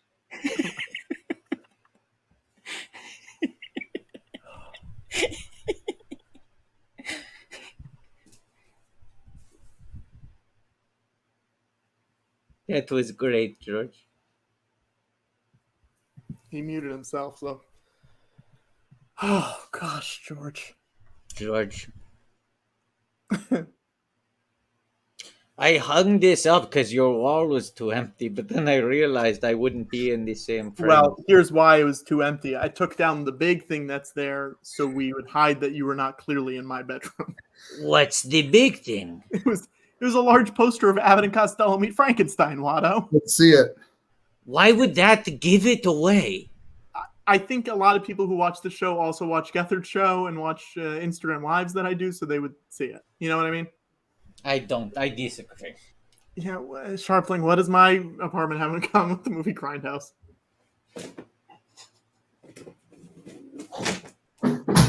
Jesus, careful. Let me know when Sharpling delivers the punchline. He says 2 stories. That's funny. It's funny. What does Patrick's apartment have in common with a very awkward and uncomfortable public demonstration? A lot of stairs. Yeah. I was trying to figure out the wording. Yeah. It's joke week, everybody. It's joke week, guys. Joke week. Guys, gals, everybody who don't identify, everybody. It's joke week, for guys. everybody. It's joke week for everybody who loves jokes, everybody who likes jokes, and even for people who aren't too crazy about jokes. Yeah. Here's a question. Mm-hmm. Here's a question. Here's a question. Here's a question. Here's a question. Here's a little question for you. Is there anybody in the chat right now who does not like jokes? Or doesn't like joke week? Or doesn't like joke week? This frame is just so much more compelling with the poster. Oh, yeah, look at that. I agree. But it is a dead giveaway. Oh, George. I should have left the closet open the whole time, too. George, we were supposed to remind you to talk about something that you didn't talk about last time. I already brought it up. Oh, what was it? My favorite character in season 2 of Zed Zasso, which is CGI Santa Claus. Okay. He's real in the world of Zed Zasso and Ted Lasso. There's a CGI Santa Claus who flies through the sky so fast, so intense. I was a Ted Lasso fan before they showed me a CGI Santa Claus. Talk to me after. See how much more I like it. Everything I hear about this show sounds more fake. You know? Sorry, I just looked up just on the off chance that I was going to have a Ted Lasso Christmas moment and see a CGI Santa Claus flying across the sky. You know, back in the 80s and 90s, there was a trope. I'm sure it's on the TV Tropes website. Sitcoms would do a Christmas episode in which maybe there'd be a mysterious man who seems like he could be Santa Claus, or maybe there's something wrong with him. Maybe he's delusional. Maybe he's pretending. He's a con artist. Something would happen, and then at the end of the episode, there'd be some sort of miracle. A gift is given, perhaps, and then someone says, "Oh, thank you for the gift." And they say, "I didn't leave that gift there." And then there'd be a moment, and they go, "It can't be."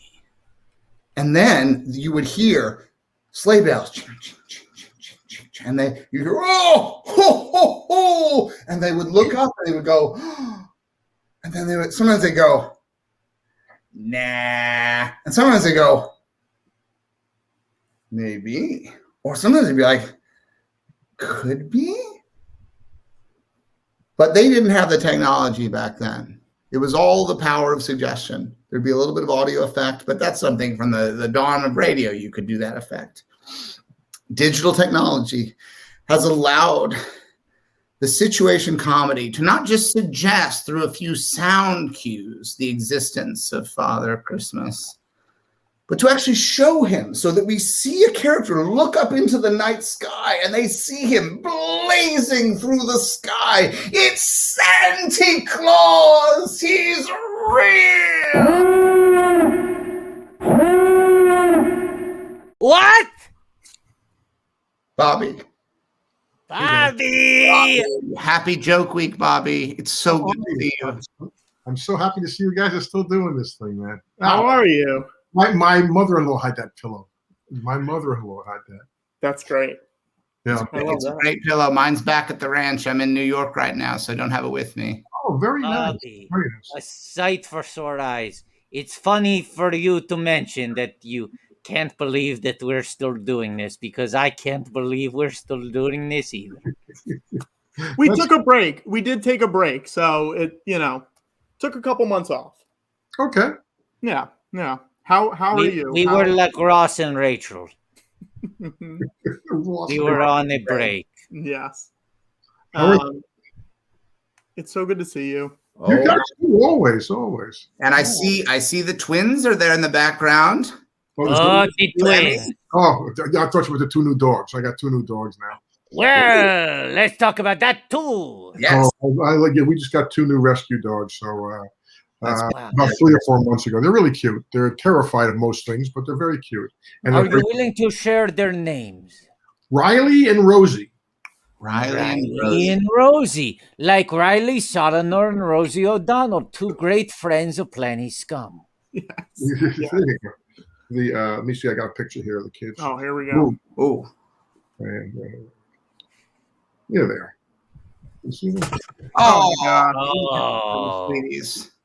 That cute. warms my heart, Bobby. They are cute. They're looking right into the camera. That's a great shot. Well, they're looking right at me. Is what they're doing. Yeah. Well, a great photographer knows how to get its subject's attention. Well, if you have treats, it helps. But I think it works with actors too. That's right. If you have treats for the actors, that helps when you're making a movie as well. Absolutely. So how are things? Everybody's good? Are you guys working all together? And how's things going? Are you getting much? Is work coming back for you guys? A little George. Yeah, George, where are you at? I'm still working on putting my museum together. That's been delayed a little because of obviously what's happening in the world, but we're on track to open up in 2023. Mm-hmm. But everything. We're very excited about it. Will you open up before the next Avatar? I mean, that's the plan. I'd really love to show up Jim Cameron and say, look, I built a whole museum before you could make the second movie. Yeah. I have a friend who's in it. He keeps going back to, was it New Zealand? He's going back. Yeah. Yeah. Vin Diesel? Is your friend Vin Diesel? No, his name's Stephen Lang. Great actor. Oh, yeah. Great actor. Love him. General Quaritch. That's right. He's a great actor. He knows all the secrets of Avatar, but he signed so much paperwork, he probably can't tell you anything. You know that Stephen Lang originated the role of Colonel Nathan Jessup in the stage version of A Few Good Men, the Jack Nicholson character. No. Wow. Yeah. Yeah. Well, actually, if you think about it, he's much closer to the proper age that a colonel would be. But I got to tell you, it was just on right now. It's on as I speak. And, Nicholson is so good in that movie. Yeah. He's so good in it. It's Bobby, I don't mean to set you up for a story, but I remember you telling an anecdote on WTF with Mark Maron about Nicholson giving you acting advice that has always stuck with me. Which acting advice? Talk low, talk slow? Yeah. Yeah, well, the story he gave me was he was in an elevator one time. It was just after. Now, first of all, let me back up. Jack Nicholson's the greatest. Back way the fuck up. You got as much runway as you want on this one. Jack Nicholson is about a great raconteur, storyteller as anyone. And any comic, any monologist, Nicholson is the fucking best. Yeah. So he was telling me that it was just after Easy Rider, I guess. So he was getting hot. That was his breakout. That was his breakout. Right. It was right around Easy Rider, 5 Easy Pieces and everything. So he's in an elevator somewhere, I don't know where. And he gets, and the elevator stops, and John Wayne and 2 of his cronies get on the same elevator. And there's the Duke. And Jack says, I see 2 of Duke's friends whisper something in his ear. And the elevator opens up and he says, I hear you're an actor. And I go, yes, sir. And he looks at me and he goes, talk low, talk slow.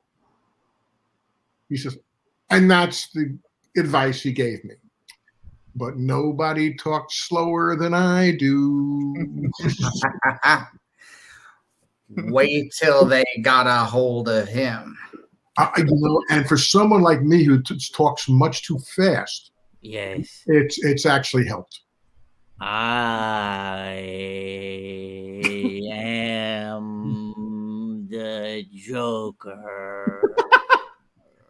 I have a question about that. I was talking to somebody about Batmans and how each generation has their own Batmans, it seems like. I never liked the Adam West Batman. Never did. Interesting. It was jokey. It was too jokey, too campy. This is Joke Week, Bobby. You have to acknowledge this is Joke Week. Okay. It's Joke Week on our show, Bobby. Oh, okay. Well, it's too jokey. It was too campy. Sure. It's not Camp Week. Now, here's my question, though. Does today's generation look at Jack's performance as the Joker in the same way that he's too jokey, because he is the Joker, and he's cracking jokes and doing all this stuff? Do they look at that in the same way that I look at the? I don't think so, because I also have trouble with the Adam West one. I've been trying to watch it, and it's like a real slow go through it. I don't have trouble with the Keaton era movies at all. How old are you? I'm 29. Oh yeah, okay, you fall into there. Yeah. Bobby, here is my thought. Somehow, Joker has become like this test for actors, right? Yeah. Nicholson was having fun. He was doing what was asked of him in the job, which is the Joker. He's a clown. He's theatrical. He's a little scary. He's violent. He's unpredictable. He's unhinged. But he is a Joker. Oh, yeah. And then now every guy wants to make the Joker more intense, more stripped down, more brutal. And I feel like it's warped the expectation, because every guy who plays Batman does something new. But it feels like every guy who plays Joker is just trying to pick up the baton from the last guy and go further. I would love to see a Joker who does fucking prop comedy again. I want a Joker who has shtick. Want him to be clean, well rehearsed. Bring back the theatrical Joker. That's my take. George, where do you line up on this issue? Well, I think there are certain aspects that the Joker has become an archetypal role in a way that it's almost like the way in the theater actors want to take a crack at they want to do Hamlet when they're young, they want to do Lear when they're old. At a certain point, a certain kind of actor wants to do Richard III. There are these roles, and Joker has become sort of like a Richard III figure. That was actually Shakespeare's next play before he died. Yes, the Batman. The Batman and Joker. It was like Troilus and Cressida. It was like Troilus and Cressida. It was like a redo.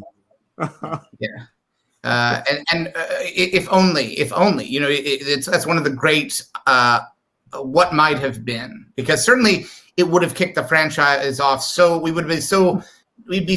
think we've seen a lot of Batman now. Imagine if there were hundreds of years worth of, people would talk about, you should have seen the Barrymores. Great. Interesting. I got into the same discussion on Facebook where now about the new West Side Story. West Side Story and Singing in the Rain are my 2 favorite movie musicals. But I get, when everybody sees the new West Side Story, they're going, why? What do we need this for? And I said, I love West Side Story, but if this Spielberg version exposes the music to an entirely new generation. Isn't it worth it for that? And I said, and also I said, and I mentioned the same playwright. I go, this guy Shakespeare had a hit with Hamlet many years ago. And the first production, the first revival, they were going, why? Yeah. And I think that they've done a few versions since then. And I don't think it took away from the original. I don't know. Now, Bobby, I might be about to blow your mind right now. Okay. I don't know if you know that about an hour ago on this show, the girl who's playing Maria in the new West Side Story was on this show. Oh, that was great. I would love that. And she was unknown. She had never been in a released piece of media until she was on the George Lucas talk show. Oh, that's great. So yeah, there you go. It's also interesting because since West Side Story premiered on Broadway, there have been other productions of it. And no one said, why? On the stage, of course. Yeah, right. So the idea, God forbid you should do another movie. Yeah. But the idea that they've done 52 Star is Born. What are you worried about? What are you worried about? Everyone's very excited that they're going to make a new Spider-Man that has all the Spider-Men in it. Yeah. And I think if one of the greatest filmmakers of all time wants to do a second West Side Story, we should maybe let him do it before we get all upset. And Tony Kushner's writing it. Yeah. I'm willing to give this a. And the thing about Spielberg, remember, he's a classic structuralist storyteller. Mm-hmm. It's not like he's going to do the avant-garde version of that they did on stage recently, which my one friend Brett Cullen, who actually played Thomas Wayne, my college classmate. Yeah. He loved it, but everybody else I know hated it. He also loved the same director's version of Network, which I hated. Except for my close friend being the lead. Shh, don't say it. Don't tell anybody. Bobby, you were in the first Batman movie as Knox. They did not kill you. You were not brought back for this sequel. No. A couple years ago, you do a quick appearance on the CW Crisis on Infinite Earths, where we see you. There's a newspaper. It has Bruce Wayne on it. Knox still lives. This is one of the Infinite Earths. It is Earth 89. Mm-hmm. That's right. That's you. Okay? And now, as we speak, Michael Keaton is back treading the boards in front of camera as Bruce Wayne / Batman for The Flash, which is bringing the universes back in. When are we going to see the Knox movie? They've reestablished you back in the firmament. Your guess is as good as mine. Can I have? I want to pitch this. Pitch. Opportunity Knox. Opportunity Knox. KNOX. I like that. Maybe it's like the great recently departed Ed Asner starts out on a sitcom, then gets Lou Grant. It's a drama, right? What if we go Knox? He's a reporter in a blockbuster. Now we put him on a sitcom. It's called Opportunity Knox. Love it. He's gotten promoted to editor. Ed, he was on our list, wasn't he? Sure was. I remember that. And maybe one of the 2 or 3 best episodes. He was the baseball play-by-play announcer who's developed the Alzheimer's. Yeah, great. And Sean Penn's mom played his wife. Great actress, Eileen Ryan. So, the Knox, it's fine. I mean, I would love to. I would just, Opportunity Knox. I like that. Opportunity. It is Joke Week, so I'll say this. Knox. Who's there? It's Robert Wuhl in the new movie Opportunity Knox. There you go. It's Robert Wuhl in the new movie. This is why he's George Lucas. That's why. It's the reason why. Yes, that's the reason. That's the one reason why. I think they'd be foolish not to bring you back because people got excited when you came back for that cameo, and I think it's a character that there's plenty of room to tell more stories with them. What do you figure is his job now? I mean, or is he, editor? Well, he'd have to be, wouldn't he? He'd have to be the editor or Ben Bradley or something. Do you think You could basically do it would be like an unofficial sort. You could use the Lou Grant sort of like format for a show, because that was a show about like journalism and yes. And I think it would be fascinating to see him in the era of new media. You know. Well, that's what I was going to ask. Do you think he still works in hard newspapers, or is he pivoted to digital? Like, is he working on a blog? But the original movie that you were in, Bobby, took place in kind of an anachronistic time period. So the movie's made in the 80s, but it had this 30s vibe. Yeah. He might be in like a retro futuristic 50s at this point. I would think no matter, as long as that check cleared, I'd be open to. I mean, I'm pretty pliable on this one. Could perhaps be like an Edward R. Murrow type figure, where he has a serious, like a news analysis kind of talk show in the early days of television in Gotham City. Good knocks and good luck. Look at this. Good knocks and good knocks. Fault, dear Brutus. It's not in ours, but in ourselves. I like maybe it's a movie like The Paper, and you got this story on Batman's identity, Bruce Wayne, and it's a sort of moral drama about whether or not you run the story. Well, I like the idea of what do you blow the identity? Yes. Are you a whistleblower to Bruce Wayne? Yes. Is it cause more good than harm? What is the responsibility? These are the great moral questions that I'm sure the Batman audience from 12 to 18 really gives a shit about. It's like they want how that young audience really they thrive for ambiguity. It's like moral issues. They live for ambiguity. Oh, just mention the word ethics around that age demographic, and they're there buying it. They want ambiguity. They want irony. A lot of irony is really big with that demographic. So I mean, but I like the idea of it. Yeah. I like, if nothing else, maybe they could do an episode of Blue Bloods. If nothing else. Yes. Watto's a big Blue Bloods fan. So am I. I like Blue Bloods. I don't know why I like this show, but I do. I think my wife goes crazy. She goes, "Why do you love this show so much?" And I say, I don't know. Here's a couple of thoughts I have about it. Yeah. One, it's a New York show. I believe it's New York. Sure. Right? Not like these shows that are supposed to be New York, but they're shot out here in Culver City. I believe it's a New York show. Two, there are bad guys. I mean, they don't, it's not like LA where they got to make an excuse for everybody. It's like bad guys. And, and they're criminals. I mean, they really do guys out. I think I just believe the characters. I believe that they're a real family. I like the fact that they show them at dinner, they're saying grace and stuff like that. I mean, that's real to a lot of America. I just like that. Now, I'm the least religious person in the world, but I don't mind that with the family. I find a family unit interesting. And I do believe that they're a family. I think it's a well-cast show. I also think that, particularly for when a show is that long running, because there are hundreds of episodes of that show. I got them all. I got every one of them on my VTR.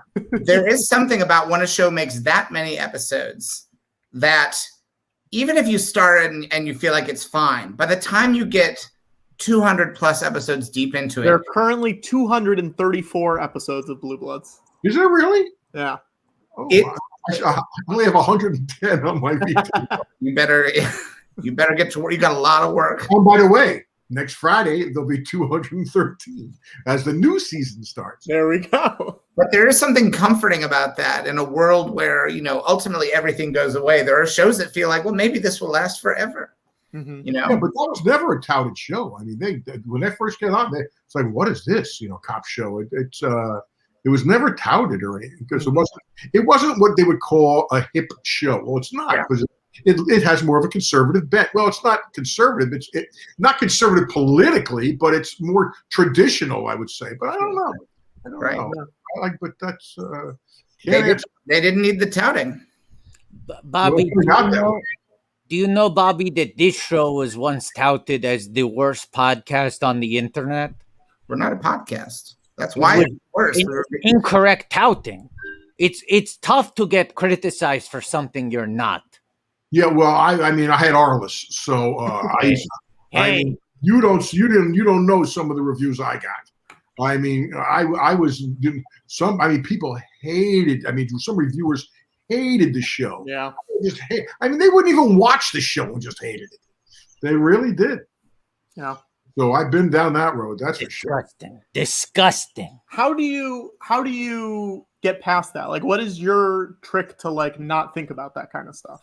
I in the words, not that he was saying it then, because I don't think he was. Yeah, he was. But Bill Belichick, do your job.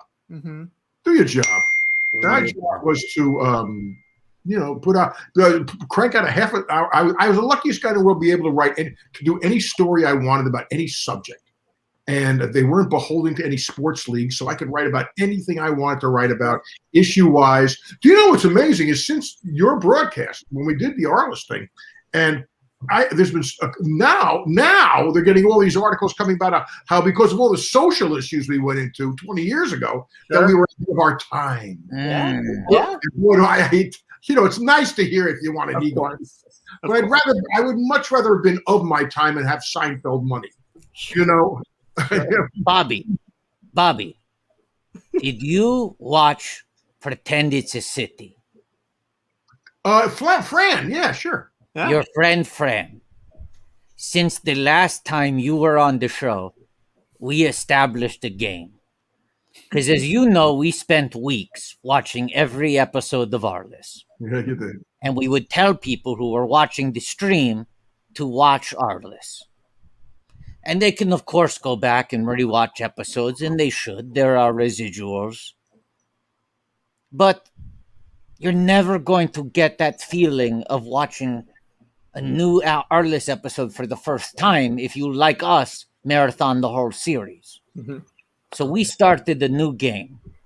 And we started it it was where the moment took us with Pretend It's a City, the Leibovitz show, where we said, put on an episode of Pretend It's a City, but pretend it's an Arliss. Wow. And this has caught on, Bobby. People are watching other shows, but while they're watching them, they go, oh man, what a good episode of Arliss. And that way, Arliss never ends for them. Oh, I like that. Boy, God bless you. Yeah, so we watched an episode of Pretend It's a City, the wonderful Marty Scorsese series. Well, is he an easy audience or what? I know. That's We want that guy in the front row every time. Wow. That guy, it's almost as if he's a plant within the series he's directed. It really is. I mean, but it's sincere. I totally believe it's sincere. Yeah. We just sort of pretended it was every now and then you'll have like an episode where it veers off and you see two characters that are off to the side. So we just pretended that episode of Pretend It's a City was an Arliss that was just sort of going off to the side to see what Marty and Fran were up to. Mm-hmm. Yes. By the way, when you keep saying Bobby, I was talking with a friend of mine who's up for it. I got to wish him good luck on he's up for a Tony tomorrow. Oh yeah. And he's lost 6 times before. Drop the name, Bobby. His name's Danny Burstein. Yes. Oh, yeah. And Danny is a friend of mine I met Danny, about 30 years ago. No, it must have been right after Batman. Yeah, about 30 years ago. So I was doing what was known then as I was hosting an industrial show. I don't know if you know what industrial shows were back then. These corporations would put on these huge musical extravaganzas in-house. And they'd fly in some Broadway talent and stuff like that. So this was a Coors in Denver. And so Danny was just like a gypsy back then. He was, and he and I became friends. And I saw him in then he did Company about 25 years ago, the Sondheim show. Yeah. So I wrote to Danny the other day. I said, look, you're off this day. I'm flying in and let's go see Company because they have a new version of it. And I don't know how well you know Company, if you know Company, but it's Bobby, baby, Bobby. Not a single guy, but they've made it a woman.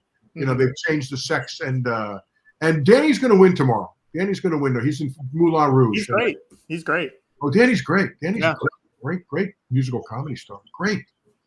I do want to bring this up. Someone did make some Opportunity Knocks fan art. No, KNOX. Oh, okay. Alice, you got to go fix it. You got to spell it with an X. One note, and it's a hard note. Yeah, KNOX. Lean into the pun. Lean into the wordplay. That's what we're counting on to sell this show. That's what's going to make it stick in people's minds.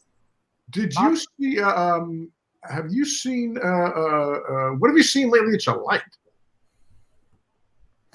Seen lately. I mean, this is true. A couple weeks ago, I did watch Mistress because it was on HBO Max, Bobby. Really? I did. I enjoyed it. It's an interesting movie. Film students love it. Yeah. And what a cast was! The actors I was surrounded by in that. That's what I was going to talk to you about. I wanted to talk to you because I know Watto's talked a lot about Ernest Borgnine lately, and Ernest Borgnine has a very funny scene in that movie. Yeah. Do you have any stories about him around that time? Super nice guy. He came in. I don't know who he knew or who came to him. I guess it's got to be Primus, although he may just have done it to just goof on. He was because of the people involved in the project. Yeah, but he was great, and he was so nice. I mean, he was a good storyteller. He would tell me Spencer Tracy stories, and he worked with some great people. He was Borgnine was great. But I mean, how many great people are in? I mean, someone going through a renaissance right now. Gene Smart's in it. Gene Smart. You have Cheryl Lee Ralph. Laurie Metcalf. Eli Wallach. Martin Landau. God, I miss you, Marty. Marty Landau. Bobby De Niro. That was Bobby. This was Rebecca's first movie. Wow. It's wild. It sounds like a cancer. In it. Yeah.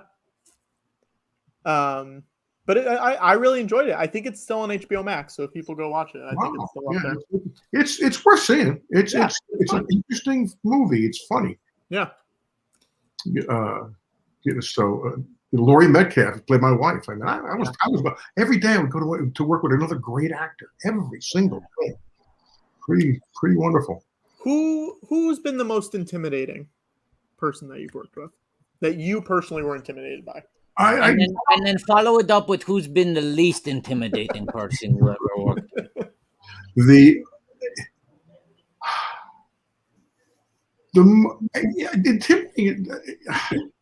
If he wanted Tommy Lee Jones, when I did Cobb, Tommy Lee Jones is a pretty intimidating guy. Did you ever make him laugh? Did you ever make Tommy Lee Jones laugh? Yeah, it's not easy. Did you ever tell a Tommy Lee joke? There you go. The Tommy Lee Jones. Most of the people in our business are just great. They're there to do a job. Yeah. You're getting to work and work at a craft that you love. And I've been so fortunate, with the people I worked with, and they're all, just great people. I mean, you talked about Keaton. I love Michael. Michael Keaton might be my favorite actor working today. Him and Denzel and big shame, Bobby. Yeah, Watto loves Keaton. I love Keaton. Did you see the movie he did? I think it was around about a week. I've seen it 3 times. Called The Founder, when he plays Ray Kroc about McDonald's. I think he's great. I think that's a really interesting movie. That falls into that period about capitalism. That movie, The Social Network, there's a couple of them that fall into that category about, here's an example. I remember I'm playing, and Cobb, we'll go back to, because I was playing in a golf tournament, the Lexus Challenge. Years ago, the Ray Floyd Lexus Challenge. It was a celebrity thing, and I'm playing in a foursome with Sean Connery. And, now Connery's intimidating. So, but Henry Jones Sr. The game was on. Movies Eastwood played, and Connery and Kevin Costner. Who else? I got the poster right here. Glenn Fry, my dear friend. Who else? Joe Pesci. I mean, they're all this thing. So I'm playing with Connery. And Connery, we're walking on the first hole. And now you got to remember something about movie stars, as you probably know. They all have this point of the view of the world. It's like they're movie stars. So we're walking on the first fairway, and he goes, "You did that movie Cobb, didn't you?" And I said, "Yeah, I did." He goes, "I'll tell you why that movie didn't work." Because it was a big flop. He said, "Because it talked about what it takes to be great, and Americans don't want to see what it takes to be great." And I looked and I go, okay, well, that's really good. But I got to tell you, it bombed in the UK too. So yeah. So, and he went, I mean, he gave a harumph. By the way, I just finished yesterday the Mel Brooks biography, Funny Man. Oh, I haven't. I haven't read it yet. It's worth reading. You're gonna have a. I don't know if you have a different opinion of Mel Brooks, but it's going to be interesting. It's not the most flattering book in the world. Okay. Well, Bobby, I have to tell you, I'm in Patrick's bedroom right now. I'm live streaming from Patrick's bedroom, and let me tell you, you would be hard pressed to find a single book in here that is not written by or about a celebrity. Oh well, okay, there you go. It is astonishing. Well, I mean, I'm that way. I read a lot of celebrity biographies. I also read a lot of sports biographies. I do think I'm reading the Bob Woodward book I just started. Biographies of comedians, I would say, generally speaking, and it's been my experience that we approach them hoping to be delighted because we like their comedy. But once you actually read about their life, the comedy part has already been given to us. The biography is everything else. I'm looking at top shelf right here. Charles Manson, Robin Williams, Joel McHale, Leah Remini. Joel McHale's biography you have there? Someone gave it to me. I didn't know what to do with it. Charles. Not Joel McRae. No. Great actor. Great actor. Really under travel. He's got 2 Carl Reiner books. He's got the Reagan book. He's got the Hanks book. He's got, here's the SNL shelf. Tina Fey, Amy Poehler, Tracy Morgan, Michael O'Donoghue, Samurai Widow by Judith Jacqueline Belushi, Al Franklin, Live from New York, Tom Davis, Daryl Hammond, Chevy Chase, Chris Farley, Gilda. Charlie Rocket I don't have a Charlie Rocket book. He doesn't have a Rocket. I think I missed that one. You have a Rocket Man? He does not own Rocket Man. Autobiography of Mr. Bill? No. He does have. As told to Mr. Hands? Springsteen, Alec Guinness. Oh, Guinness. Kevin Smith. The Groucho letters. Letters to and from Groucho Marx. Have you seen the new You Bet Your Life with Jay Leno? I haven't seen it. I haven't seen it. Jay Leno, he's got the Jay Leno book here as well. Do I? Yeah, I thought I saw one earlier. I have the Conan Leno book. Bobby, if I may back up for just a moment, you mentioned The Founder. Can I tell you my story about going to see The Founder? No, please. And this is a true story. I haven't told this to anyone. I went to see The Founder in a movie theater. I liked it very much. In the parking lot of the particular movie theater that I was going to see it at, there was a Wendy's. I went to the Wendy's and I purchased a hamburger and I snuck it into the movie theater to watch a movie about the founder of McDonald's. Yeah, right. And I knew that I was being naughty, eating a Wendy's burger in a McDonald's film. But there was a certain sense of breaking all the rules that I think thematic. Oh, you were an anarchist. That's the anarchist in you coming out. I thought, this is a movie about how it isn't pretty when people break the rules. It isn't always. Sometimes it's a very ugly process. And as I dove into my Wendy's single hamburger, watching Michael Keaton's devastatingly powerful performance as Ray Kroc, the founder of Wendy's, or the man who founded the franchise of McDonald's. Well, but he bought the story. It was also, it came out. Oh, how many years was it before the election of the Trump election? Because it's probably pretty close to that. Yeah, it really was, because it mirrors a lot of stuff there. It came out December 2016. So it was when we knew it. It was it's happened, but we didn't know quite. We hadn't yet experienced and the movie had been made a year before. So yeah. It was interesting though, because as someone who has in some ways Ray Kroc did to the the restaurant industry what I've been accused of doing to the movie industry in terms of franchising and merchandising and these things that are sort of like a new system, a new way of doing things, which I've done multiple times in movies. Steve and I, in terms of like creating sort of like the modern blockbuster, but then also in terms of digital filmmaking, changing the way films are shot and projected and edited and all these things. It's interesting to see because there are innovations, but then there are also things that, people don't like about it. That like Ray Kroc, when he was founding McDonald's, it was founded on a principle that was closer to like In-N-Out Burger, where they would make a few menu items and they would mass produce them. So what you were getting was fresh and good. Mm-hmm. I don't know if you ever read, I read Ray Kroc's autobiography, which was entitled Grinding It Out.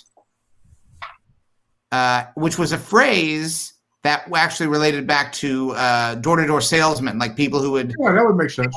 They'd pound the pavement, and what they meant by grinding it out, it wasn't a reference to like meat grinding or anything. No. Yeah, grinding. It was about like if you were like pounding the pavement and being a salesperson. Right. But Ray Kroc didn't have the self-awareness to realize that grinding it out would be a disgusting title for an autobiography about founding a hamburger franchise. Yeah. Yeah, well, I'm sure somebody brought it up to him. These things go through. George Lucas, retired filmmaker. By the way, Ray Kroc, as you know, was the first owner of the San Diego Padres. And in fact, if you look at the Padres, the team colors have always been yellow and brown. Those people, which are basically McDonald's colors. Yeah. They actually call it mustard and brown. That's McDonald's colors. Yeah. No, he explains that because he says what he was saying was true. There was just he was being deceptive in the way he described it. He was saying, "I killed your father," which was sort of true. That Darth Vader was what had led to his death. George, you're doing a show, George. Get off the phone. Who is this? Okay, I don't know how you got this number, but all of this is very clear if you watch the movies. Okay, please don't call here again. I'm George. That's on me. I gave James Earl Jones your number. Oh, that was James? Oh, I would have talked to him longer. I get a lot of calls like that where people just have questions about the movies. Can I read something? By all means. This is from the index of the War for Late Night. Mm-hmm. I wanted to see how many times Jay Leno is mentioned in this book. This is the index. Leno, J. ABC's proposals to page 139, 145 to 47, 156 to 39. Attorney, C. Zifrin, Ken. Automobile collection, pages 38 to 39. 110. As Carson's successor, see Tonight Show, The with Jay Leno. Quote unquote closet moment. Pages 129 to 96. You know about the closet story, Bobby. I do. It's famous. Comments about Conan, pages 10, 33, 54, 112, 260, 330 to 31, 342. Comments about Letterman, page 54, 343 to 44. Contract renewal, parentheses, 2004, page 26. Earnings at NBC, pages 39 to 40. Off, George? Family background, 105 to 106. I don't know where he's going with it. I trust him.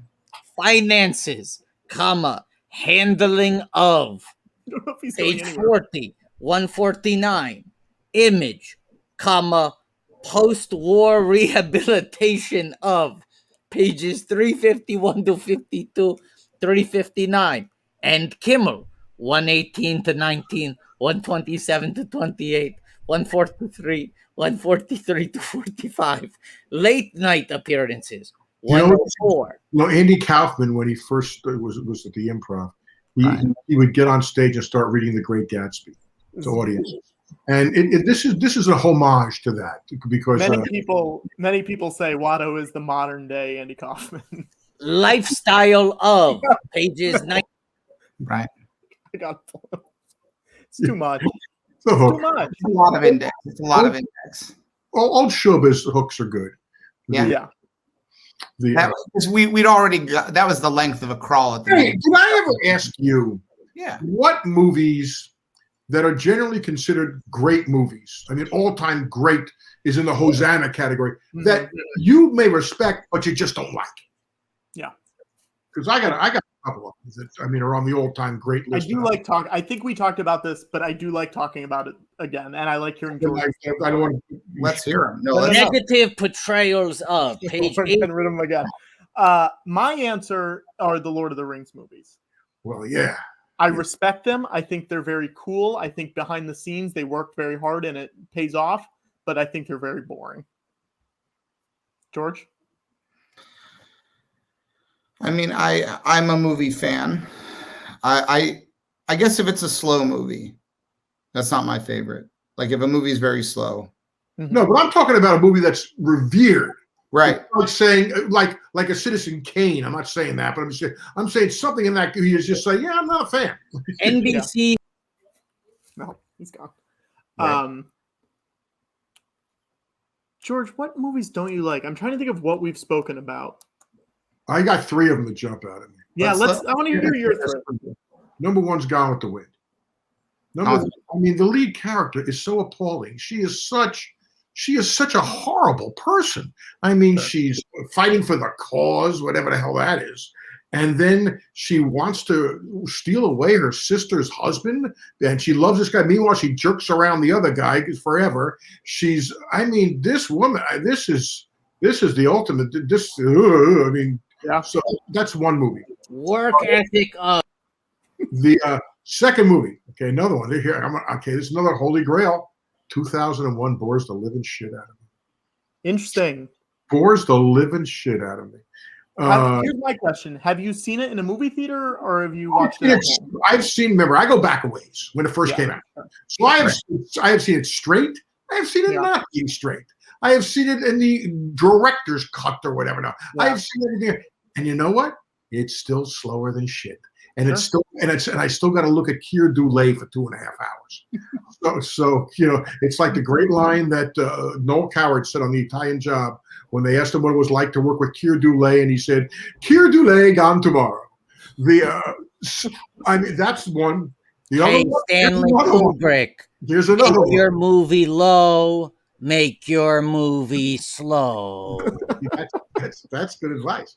Here's the trilogy. Ready? There's another one. Apocalypse Now. I think it's a long way to go to find out that the store is closed. George.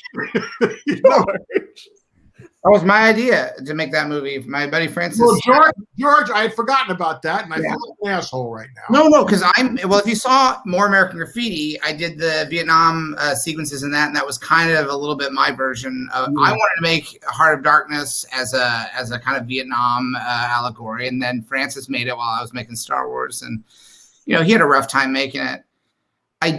There are some movies that I don't like, and. I was looking at it because I didn't know the titles of them exactly, but I haven't seen. In fairness, I haven't seen all of these all the way through. Let me see, but there was like there are these movies that people made like Sex Wars in 1986, which was like a Star Wars. They're like Star Wars porn movies. Yeah, that doesn't really count.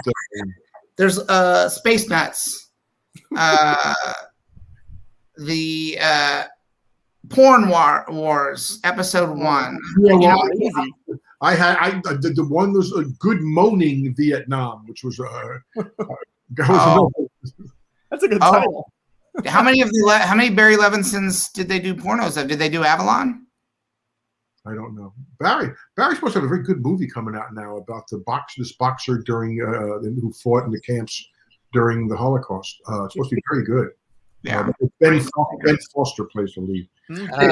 You talked about biographies of comics. It reminded me, one of the great movies that I love is Stanley Kubrick's The Killing. And it's a great movie. kind of sort of like the proto Reservoir Dogs in some way. Well, it's Pulp Fiction more. Yeah.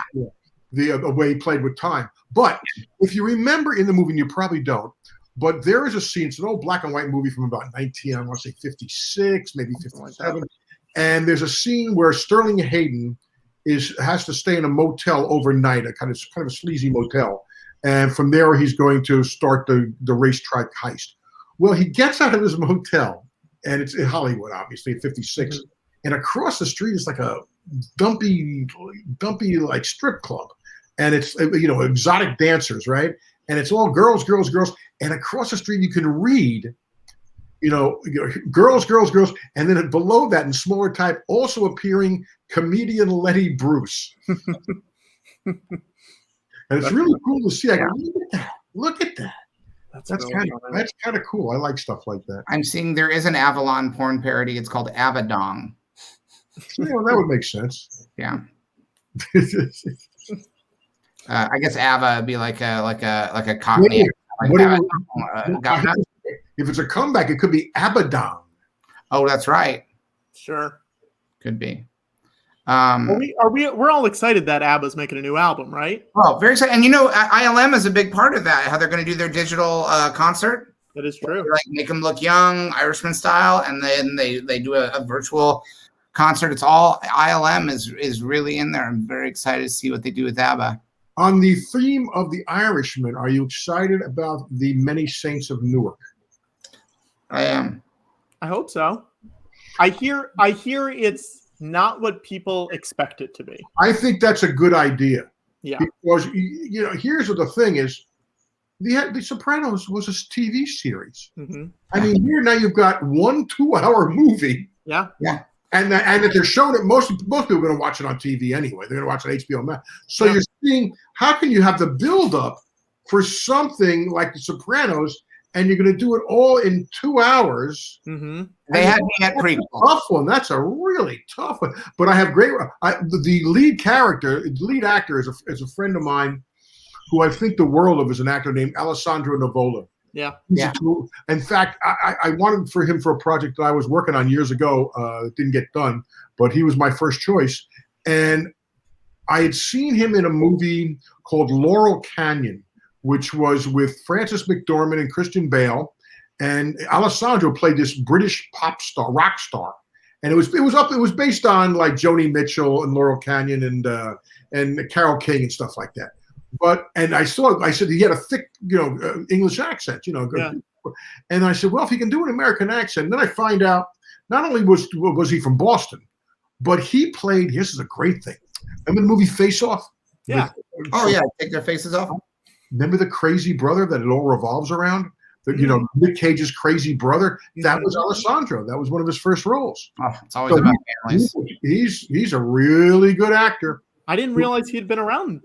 Yeah, that long. The thing about him is he never did anything. He really was picky about what he did. Sometimes he can be too picky. I think if one thing I wish I had back from, if I would have learned at an earlier age, is the line, "Perfect is the enemy of good." Yeah. I've learned that much too late in life. Yeah, absolutely.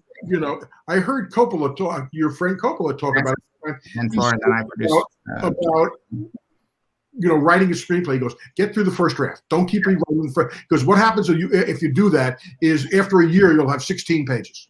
Yeah. And it's true. It's perfect is the enemy of good. I'm excited. I'm excited about The Many Saints of Newark because it's a prequel. And because we're going to, Tony Soprano is one of the great sort of anti-heroes, and now we're going to see what he's like as a little boy. But because it's Joke Week, let me do my snarky take. This is me coming out of the, let's say, the premiere of Many Saints of Newark, and somebody asks me, George, what did you think of it?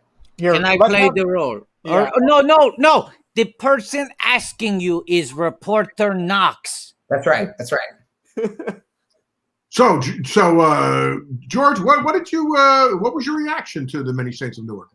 I liked it the first time when it was called Star Wars Episode 1: The Phantom Menace. And then he falls out of his chair. Yeah, fall out of my chair.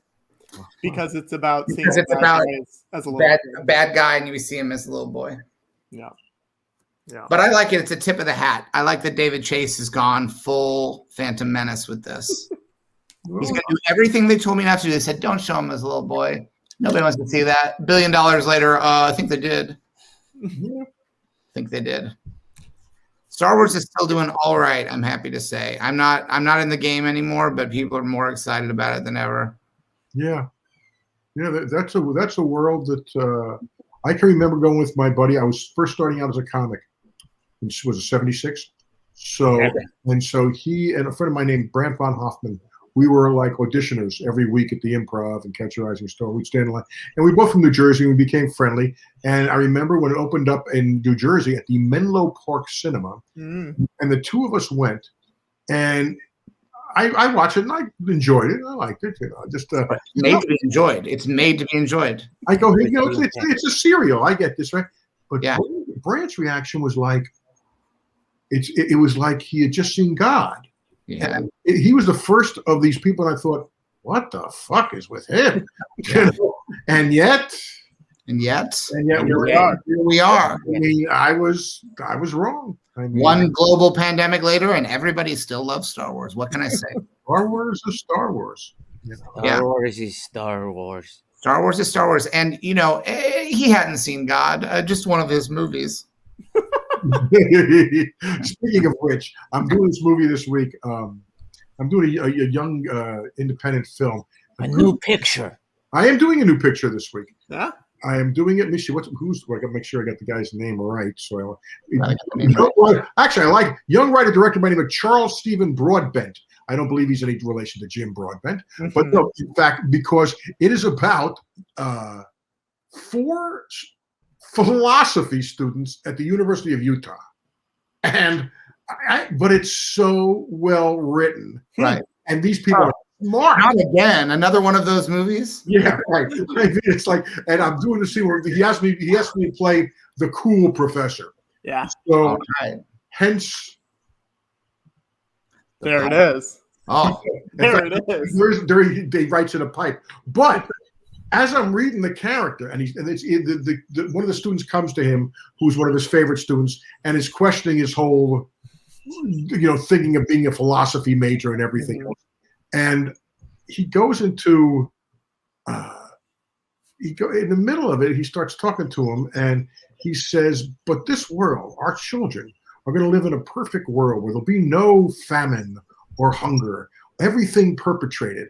And I realize. And the guy says, and I know what it is, and it was great. It's the speech from Network.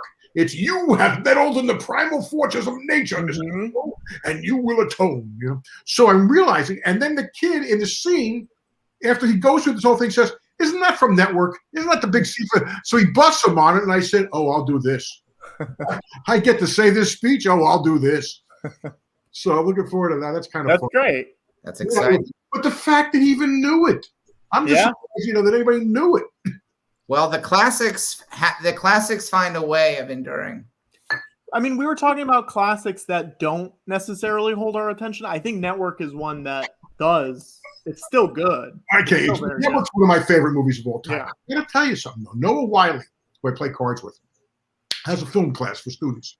And he showed him that movie, and he said they did not respond to this at all. And the reason is, Network is done in 73. There's 3 TV networks at the time. Sure. You had Huntley Brinkley, you had Cronkite, everything that Howard Beale is saying. I mean, Howard Beale on TV, it is on TV today. He's been on TV for the last 30 years. Because everything is these ranting lunatics. So they had no idea that the news was anything but editorial.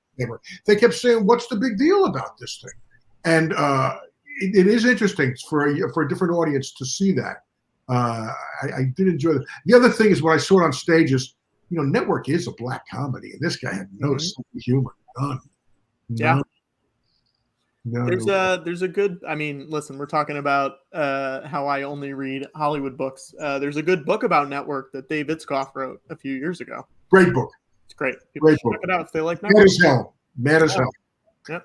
You know who's the biggest Chayefsky fan in the world is Aaron Sorkin.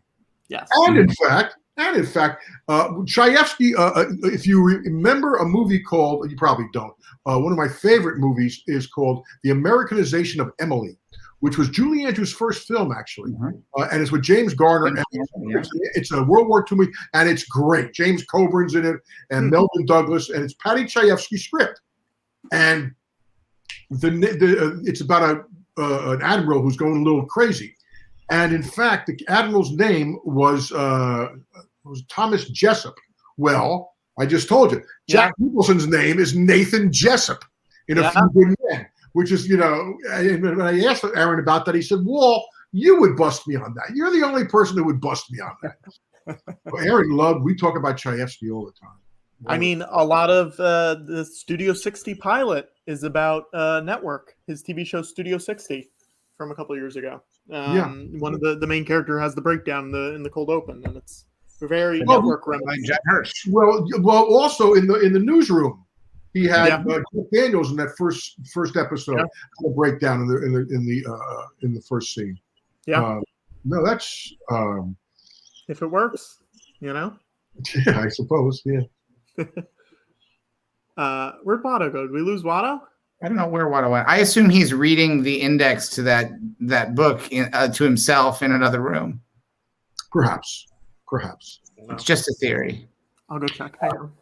What else have I seen lately? I haven't seen much. I was on an airplane, so I watched a couple of movies there. Nothing great.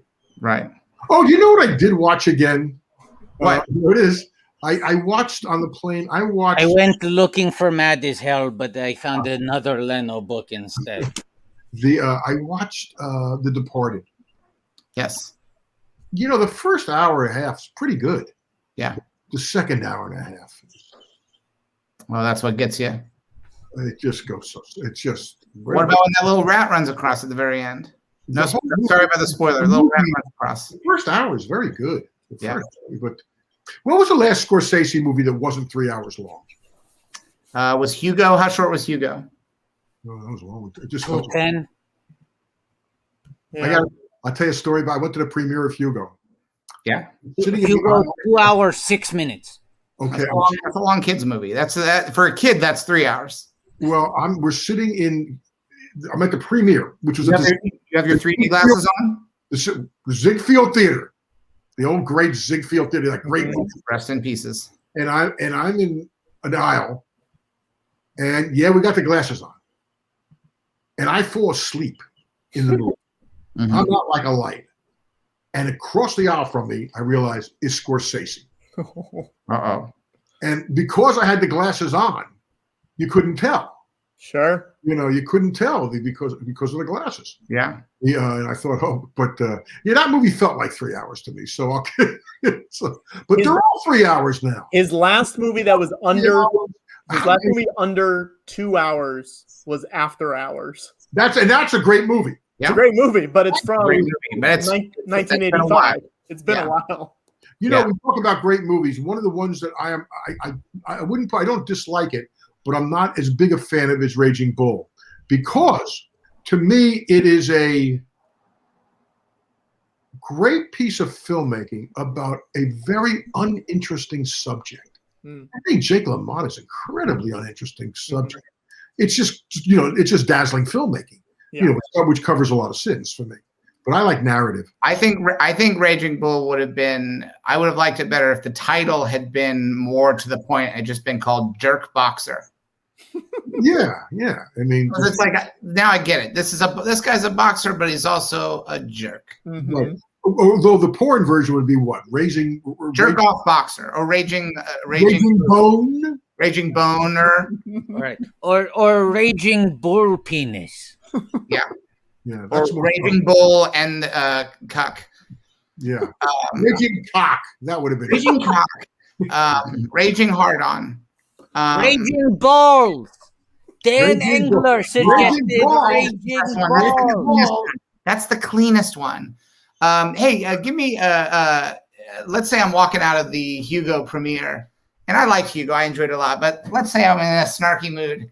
I'm walking out of the premiere of Hugo, and I would like Knox to ask me, George, what's your review of Hugo? George, Alexander Knox, editor, well, former editor until they had the layoffs. What was your reaction to Hugo? What was my reaction to Hugo? I go home now. I had to set you up for that one. Hey, how's the stage show coming along, by the way? TBD. Well, I guess we're doing our first live stage show on October 8th at New York Comic Con. We're doing a panel, and now would be a great opportunity for us to get in a plug for our sponsor for that panel. Let me get their name correct. What's the name? Their name, hang on, let me pull up a picture because I want everyone I sense a plug coming. Yes. We're going to be wearing these special helmets to protect ourselves. Yeah. Because we're nervous about going to Comic-Con. We said, who knows how safe it's going to be. We want to just be careful. So we reached out to a company called Microclimate who makes these. And we said, we want to wear these on our panel. These are called Airpoint 2 helmets that they make. They have filtration systems. They have fans in them. So if you come see us at New York Comic Con, October 8th at 6:30 p.m., we will be wearing these helmets and hopefully staying safe. So it will be for that night. Microclimate presents the George Lucas Talk Show. I have to figure out how to fit the schnoz in there, but I will do it. Yeah, we'll figure it out. Do we not want to tell people what the panel is going to be? Do we want to make that a surprise? Yeah, what is it about? George? Well, I'm going to hint at it. We're going to talk about a lot of things. We're going to give away a lot of prizes. But we were very excited. We got a good schedule for our presentation because the last time we did Comic-Con, they gave us a very bad slot. They gave us a slot that was at 9 p.m. on a Friday. Now, the floor for Comic-Con closes at 6. So this was 3 hours after everyone leaves. Mm-hmm. So it was basically asking a lot for people to hang around an emptying out Javits Center for 3 hours before our panel would begin. Yeah, good luck. We got a great panel slot this time. We're on Friday at 6:30 p.m. We thought this is great. We're being given this prime real estate on the schedule. And then it was announced that the new Ghostbusters movie was having their panel at the exact same time. So we are, how much should I say about this, guys? I think you can say it, George. Right? Right. We are going to be doing. We're going to fight fire with fire. We're not going to take this one lying down. So 2 things, right? We are as counter programming because obviously there are now 2 multiverses. There's a Ghostbusters multiverse now because there's the original timeline with Bill Murray and these characters, and the new movie is part of that timeline. But there was also the 2016 Ghostbusters, which is in its own alternate reality. So we are going to be celebrating the 2016 Ghostbusters at our panel. So it will be 2 timelines existing at the same time. It is the 5th anniversary of the last Ghostbusters movie. So the George Lucas Talk Show, Answer the Call, will be our New York Comic Con panel. Yeah. And because now that there are multiple Ghostbusters universes, we are also going to be announcing our own. You know how like there are legal loopholes where when a franchise is successful, like Star Wars came out and immediately Battlestar Galactica and the Black Hole and various other kind of Star Wars franchises began to appear that I couldn't sue them for because anyone can tell a story set in space. Mm-hmm. I don't own that. I never did. I only owned Star Wars and then I sold it. So we are going to be announcing our own George Lucas Talk Show phantasm hunting franchise. We're going to make our own. We're going to make our own, and we'll be announcing it. And there's also a third thing we'll be announcing that we shan't tell anyone about until Comic-Con. A very exciting new development, but we're going to celebrate the 5th anniversary of Ghostbusters answered the call. Yeah. Patrick has been sending out asks to everyone involved in that film. So far, Patrick, how many responses have we gotten? We've gotten 2. 2 yeses? We've gotten 2 yeses for videos, so hopefully we will have at least 2 videos at the Already, this makes it perhaps the biggest celebration of Ghostbusters Answer the Call to occur in 2021. Yes. The 5th anniversary. The 5th anniversary celebration. What's the buzz on the new Ghostbusters? Let me tell you. Hold on 1 second. Check the buzz. I'm going to see what the most recent tweet about Ghostbusters is. Why are they redoing Ghostbusters when they can do West Side Story? Okay, the most recent tweet about Ghostbusters that is substantial. I'm not just going to read. Yeah.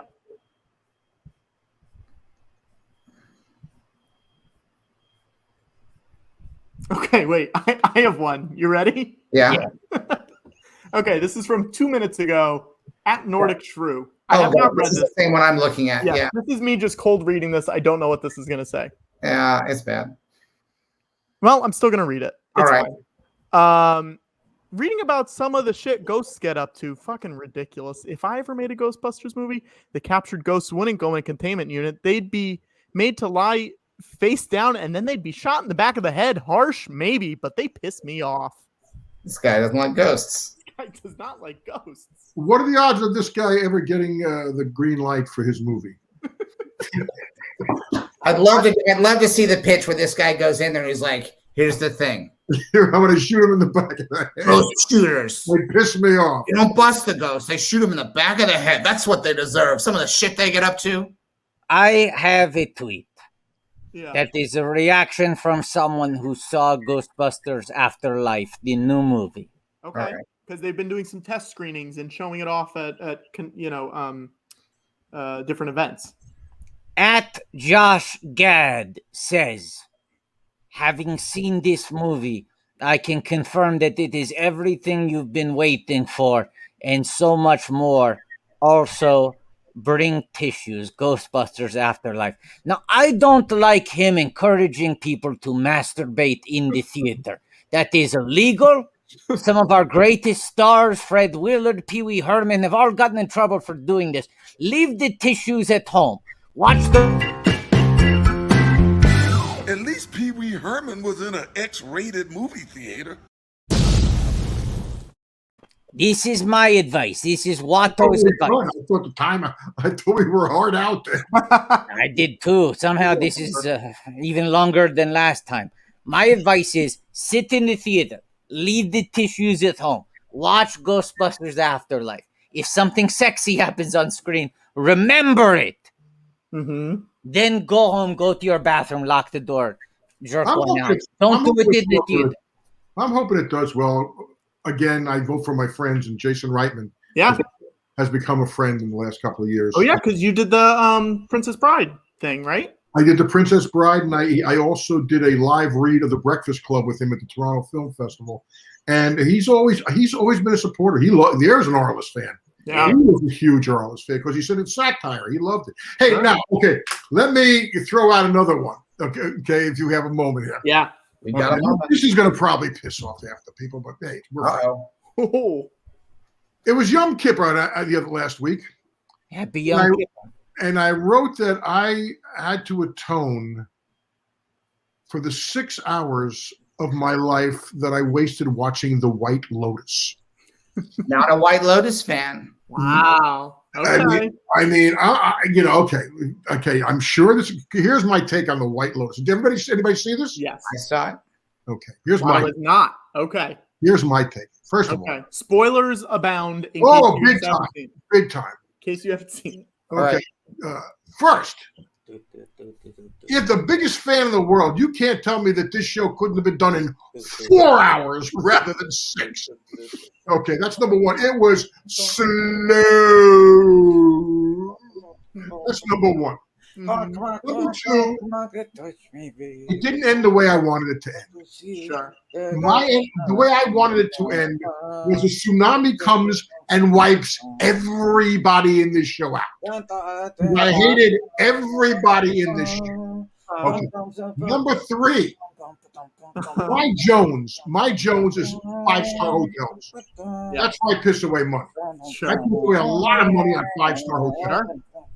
This guy, Armand, who was the manager, he couldn't have been a busboy in a 5-star hotel. For like 2 seconds. He was the most incompetent fuck in the world. There's no way these millionaires who are incredibly demanding would have put up with his shit for 5 minutes. As you can tell, that's 6 hours of my life I'm not getting back. There we go.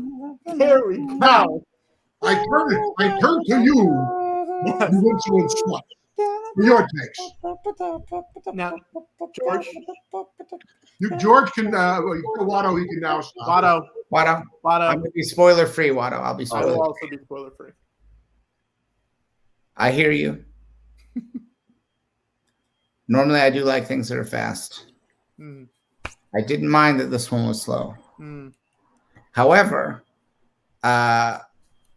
it sounds like if I was you coming out of the premiere of The White Lotus, let's have Knox. I'm Robert Wuhl, and I'm coming out of the premiere of the White Lotus. Okay.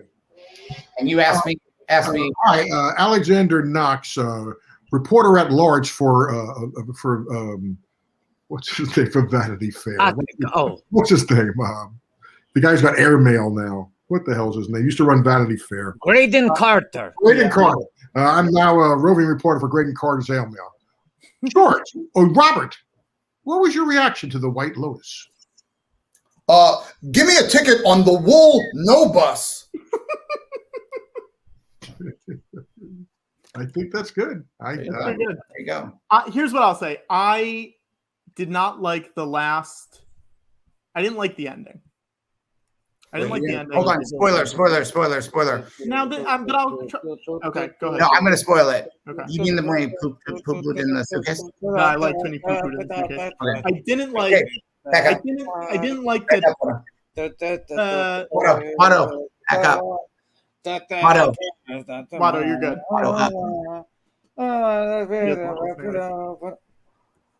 I didn't like that 2 characters got back together. Now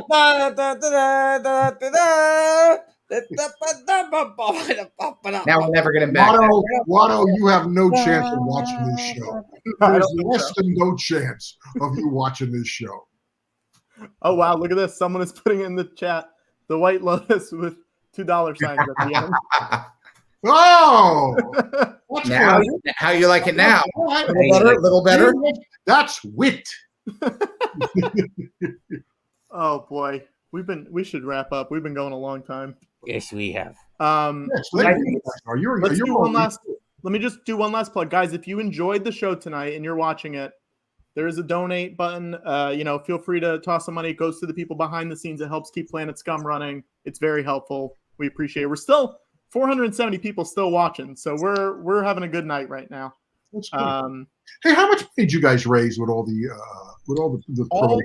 All said and done, it was over 190,000. That was for charities and for causes. Yeah, that's pretty great. Yeah, our plan was to hit 200,000 to pass that on the 1-year anniversary. Okay. And then Watto's gallbladder started exploding. We didn't do a show for 5 months. Oh, I'm sorry to hear about that. Our current plan is we hope to do a fundraiser in December for Life Day. That's the goal. Whether or not it happens, we'll see. But we hope that that's the one that brings us over, because we really would like to get, just so it's a clean number, we really would like to break that 200,000 mark, and I think we can do it. And unfortunately, we want a clean number. So if we pass 200, we have to go all the way to 300. Yeah. It either has to be 200 on the nugget or 3. Yeah. And this is true of every clean number. Once that number becomes dirty, you have to become clean again. You have to scrub it. You have to scrub it. Scrubbing it. Clean. Yeah. Clean money. Bobby, thank you for coming on. It was so good. Oh, thank you for asking me. It's so nice to see you. I feel like we think of you often. Yes. And we've missed you because it's been a while. It's One could argue it's been a war. It's been a war. In another world. Another war. Another world. So thank you guys. I mean, thank you for having me. I'm always flattered when you ask me, and I have a blast with you. And I wish you guys all the best. You know I do. We love you. I hope to get to New York. I'm going to probably get to New York probably not till before Thanksgiving. Yeah. But hopefully, let us know. Let us know when you're in town. We'd love to see you. I'd love to see you. Let us know. And good luck with the new picture, Bobby. Oh, thanks. Yeah. Now, George. Yes. What do you got to say? Well, I have a lot to say. Well, narrow it down. If you had to pick one sentence to say right now, what would you say? One sentence to say right now. Well, may the force be with you. Always.